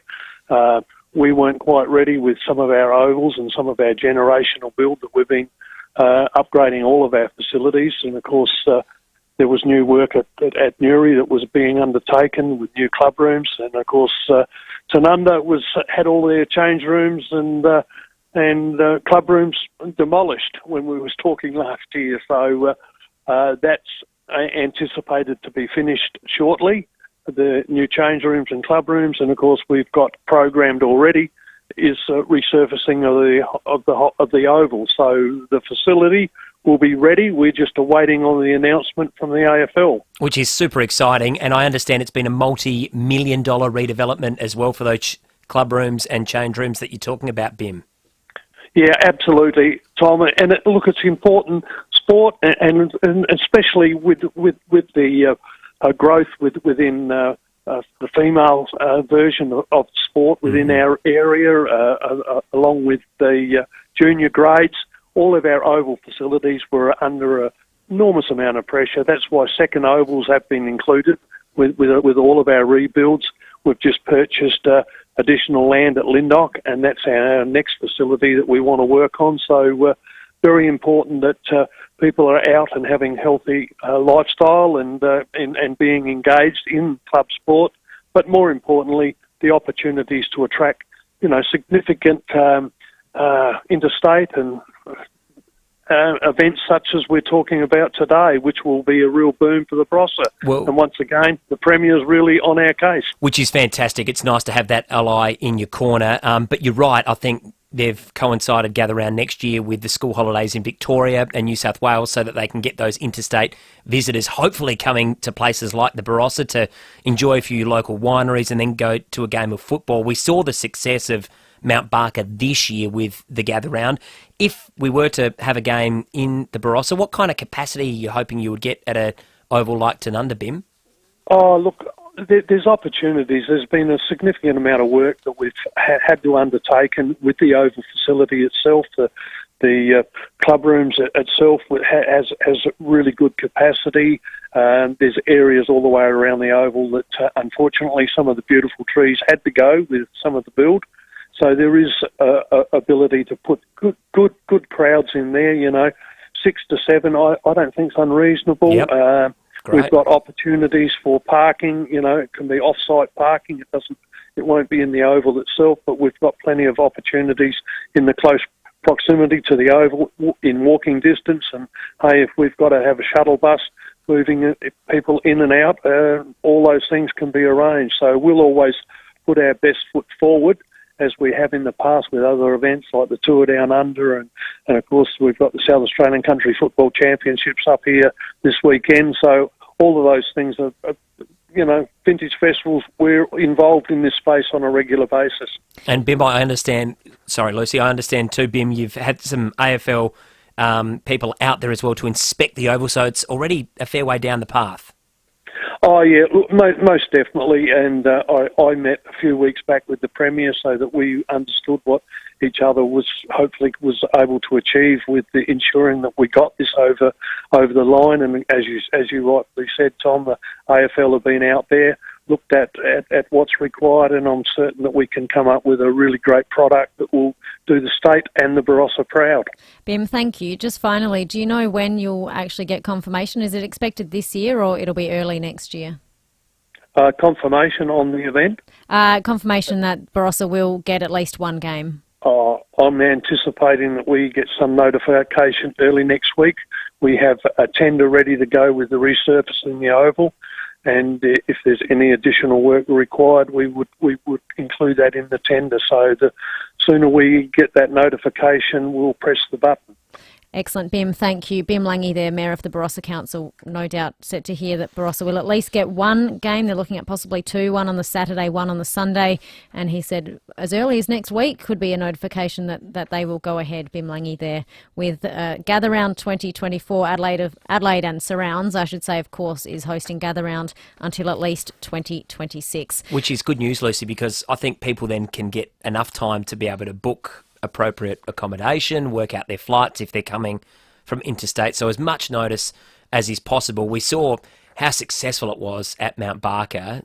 People got right around that game. So to be able to have, I think, a game in the Barossa, which is some of our finest, wineries and just places to visit, just a great opportunity for the local community to get an injection as well. And yeah, let's hope that announcement does get formalised in the next week or so to give not just people from interstate but also South Australians a chance to get in early, book their accommodation and head on up there and have a look at the very best of South Australia. Let's check Fuel Watch this morning. Download the free RAA app today to find the cheapest fuel in an instant. If you're looking for unleaded, Coles Express on OG Road at Clemsig, $1.62. The OTR Goodwood Road in Clarence Park is $1.64. And the United Sunnybrook Drive in Wynvale is $1.63. So we're now into the low $1.60s for unleaded, which is great news. Also in the low $1.60s is diesel at the United Main North Road in Paraka. It is $1.61.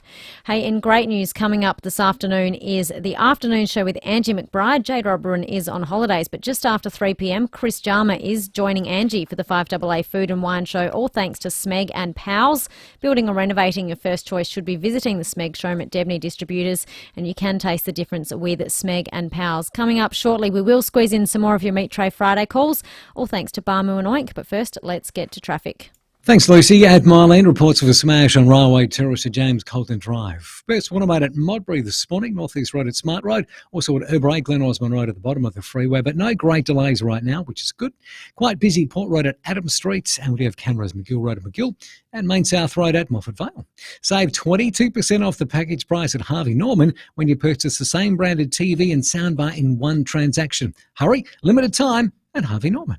Adelaide's most accurate traffic on 5AA. On 5AA mornings today, more banks are going cashless, but will it lead to a rise in scams as people are forced online? And the federal opposition is calling for coal-fired power stations to be converted to small-scale nuclear generators at the end of their working lives. Those stories and more, I'm Matthew Pantelis. Join me from 9. You've decided to build? It's exciting stuff. When you've found land, it's a good idea to get advice on what you can build on your new parcel of paradise. Get Steve from Beechwood Homes to take a look. There's no obligation, and you'll get a great understanding of what's possible. Sloping block, flat block, weird shaped block, or block on a cliff. Speak with Steve from Beechwood Homes for all the possibilities. Life's good. It's even better in a Beechwood home. Google Beechwood Adelaide. Over 60,000 Adelaide homes have said yes to saving money on their energy bills with Yes, your energy saving solutions. What's keeping you? Did you know that you might be eligible for a rebate on a new appliance like a dryer or fridge? You might even qualify for a purchase you've already made. Just visit the Yes website for a list of appliances and the size of the cashback available. For T's and C's on this unbeatable offer from your energy saving solutions, go to yes.net.au. That's yes.net.au. And they're off. Aldi's low prices take the lead, quickly overtaken by Aldi's low prices. Oh, I can't believe it. Lapping themselves again. It's Aldi with Australia's lowest prices. Oh, they won't be beaten on your weekly shop. It's Aldi. Good, different. Lucy, you'll hear this a lot. Sold by McGain. again. And because there is still limited stock available, it is important to get along to all the house inspections by McGain. They do an absolutely brilliant job. Dobbo, Travis and the team on Saturday from 11 to 11:30am. Zoe Ball, who's Melush's sister, absolute champion she is, and Mike Dobbin are opening 4 Collingwood Avenue at Flinders Park. This beautifully renovated home seamlessly blends modern styling with old character charm. It features a lovely stone front, stunning new kitchen, renovated bathroom, formal lounge, 3 bedrooms, study nook, ducted heating and cooling, and the asking price $678,000 to $698,000. Also on Saturday from 2:30 till 3pm, Zoe Ball, Mike Dobbin are opening 9 The Muse, Seaford. This stunning home offers comfortable living and modern features with 3 spacious bedrooms, formal lounge, open plan living and dining, heating and cooling, plus a double lock-up garage with drive-through access. That's $575,000 to $595,000. Some brilliant properties on offer at the moment, no question about that. So take a look at these properties and all the McGain listings at mcgain.com.au. For nearly 40 years, no one has done certified used cars quite like Steinborner Automotive, with dedicated yards including SA's best range of commercials loaded and ready to go, including SA's only dedicated small car and SUV centre, and SA's only large SUV and 4x4 centre suited for any lifestyle. Steinborner still also has the best range of Commodores, from ZBs to the collectibles. View all late model used vehicles at steinborner.com.au. Steinborner Automotive. It's well worth a trip. 5AA Breakfast with Tom Rehn and Lucy Lokan. The Cherry Motor 5. State-of-the-art driving from 33k drive away with immediate delivery. Visit Cherry Glen Osmond. 8:50 on this Friday morning, going for a top of 15 today, up to 7 mils of rain. Matthew Pantelis up after 9 o'clock news. Good news, though, as well. Know someone who would benefit from a brand new computer? Simply head to 5AA.com.au to enter, all thanks to Leader Computers, the largest 100% Australian computer brand based right here in SA. All morning we've been asking you for your favourite dance tracks. There's a huge number of them, Tommy, and I haven't yet got up to Dance to the Nutbush, and I don't think we'll squeeze it in. Funny how that's come on, happened. Luce. Well, you haven't sung yet either, so, we might have to push our performances back. We'll have some rehearsal time and do it later in the year. Let's squeeze in a few more of your calls. Good morning, Anne in Hillbank. Yeah, hi. I'd like to nominate Dancing Queen by ABBA. Yeah, great song. We went to a wedding in Canberra recently and everyone got up and danced, and it must be a winner because wherever we go, whenever they play that song, there's everyone from all ages get up and dance to it, and that's why I've nominated it. Fabulous entry. Thank you, Anne. It's all in the title, isn't it, Dancing Queen? You can't not. It just tells you what you have to do. Jim in Fulham Gardens, good morning. Yes, good morning, folks. Well, wife and myself, we're hitting 80 at the moment, but back in the younger days, we went and learned the proper Zorba dance. Oh. And every wedding of family and friends, we had to get up first and do the whole Zorba before everybody else got up. So the only thing I dance to now is the tune is the wife's request. I love that. It's a difficult dance though, isn't it, Jim? You've got to be really in tune with your body, and it gets quite quick there at the end. Yeah, it is. But if you learn it, and we used to practice it, and because we loved dancing together. Yeah. Back in my teenager days of Woody's teen time, I ran second in a jiving competition. Oh, wow. The only reason I lost it was that the person that won it, he flicked this girl over his shoulder somehow or other and showed all her underwear, and she got the most people clapping, so I went second. Oh, well, hard to beat that. Thank you, Jim. Vinny in Grange, good morning. Good morning, guys. Look, when I got people coming over my house, it's a tradition that I put this Tony Orlando song, Amarillo. Oh, yes. And what we got a little glass of limoncello. And I said to everybody, when you hear it, you drink it and get up and dance. I like it. What's the name of the song? Amarillo. Amarillo. By Tony Orlando. He's got a few classics. Knock 3 Times is another one that I absolutely love. Right. Vinny. Yeah. They got a 70s on the Foxtel, and they got all that great 70s music, It's great. Oh, I might have to find that. That's a nice household tradition there, Vinny, for your mates. They know what they're in for at least when they come over. David in Redwood Park, good morning. Hey, go easy on me, Renee. Please go easy on me. I'll go easy on you, Dave, even though you've knocked us down to the championship. Yeah, for being a Tom. being a poem, it's got to be the Pants Down song, without a doubt. I once got barred for a week from Golden Grove Tavern, who are celebrating 30 years this week for the Pants Down song, or formerly known as Eagle Rock. Gotta be. Eagle Rocks is dare I say, an historic dance move at all weddings, formals, after parties. It's a very popular song. Whatever you like. Any kind of bloke who's wearing a pair of pants with a belt, well, that comes straight down, doesn't it? He's a regular, David. He loves his soccer as well. His team's up in the Premier League next season, so he's very excited. Good to hear from David. We'll squeeze in one more this morning. Dave, good morning to you. What's your favourite dance song? Yeah, good morning, Lucy and Tom. Bit of outside the square, not a big dancer, but when the Angel Shadow Boxer comes on, I'm up and into it. Nothing like dancing across the floor, waving your arms like the great Doc Neeson, and then it's just so much fun, so lively. It's excellent. I like that. You've admitted that you'll happily not dance, but your number one song that'll make you do it, I like that. We take all confessions here. Absolutely. Thank you, guys. Good on you, Dave. Thank you, Dave. Oh, I was having a crack of songs. If we had, another hour, we could make a whole playlist and just play an hour of dance songs. Well, we've had quite a wide range of selections this morning, haven't we? The only difficult part's going to be trying to find a winner, Lucy, and I'm going to delegate. I'm going to let you decide that. Maybe we'll play the best of Blakey first, but there were some great calls this morning. I was going to say I'll have to buy myself some time while we listen to John Blake. Also, thanks to all your text messages on the Duttons text line this morning. Duttons, 3 dealerships and 10 franchises in the Adelaide Hills and Murray Bridge. Duttons, easy to do business with. Just on that, we've had a picture here from Max in Beaumont earlier this morning. It was foggy as wherever Max is.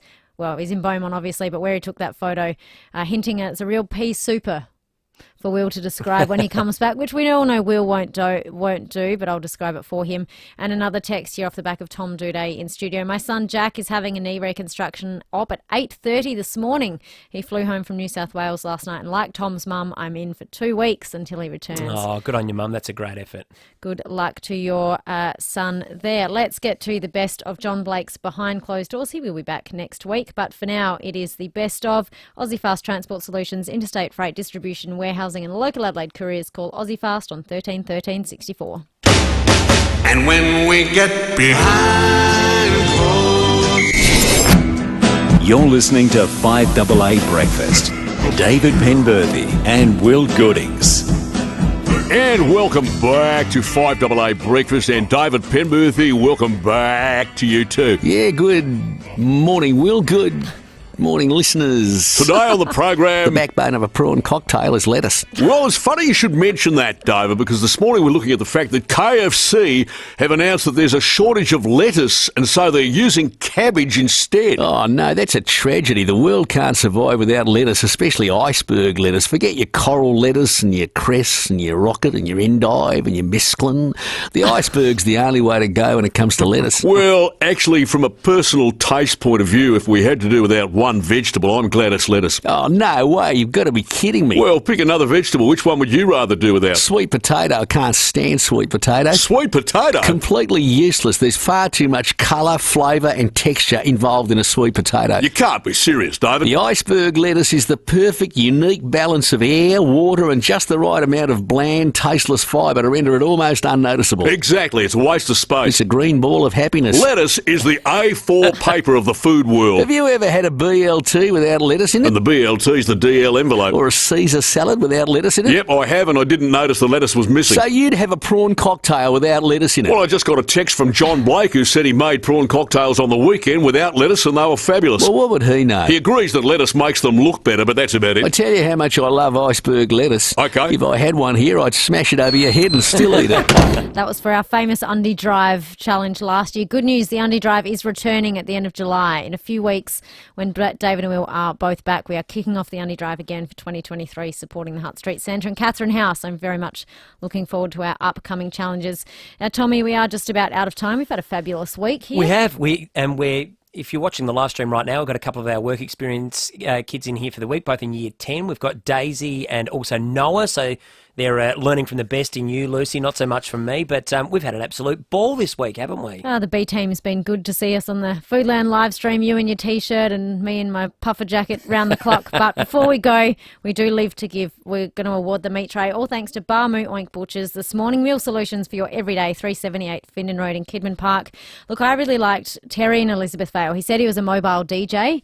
Don't know how many of them not exist. There are plenty of them now, but I wonder if that's their sole career these days. Mm. Terry and Elizabeth Vale, he said whenever he put on the time warp, everyone else just got up and just knew what to do. Yeah, that's a great choice. Good selection. Terry and Elizabeth Vale, you are our Meat Tray winner today. And finally, before we go, call now, 8223 0055. We have 2 tickets to see the Queen Rock Show at the Glenelg Winter Arts Festival. Shows, bars and festive fun all at the Bay, July 6 to 23 in Collie Reserve.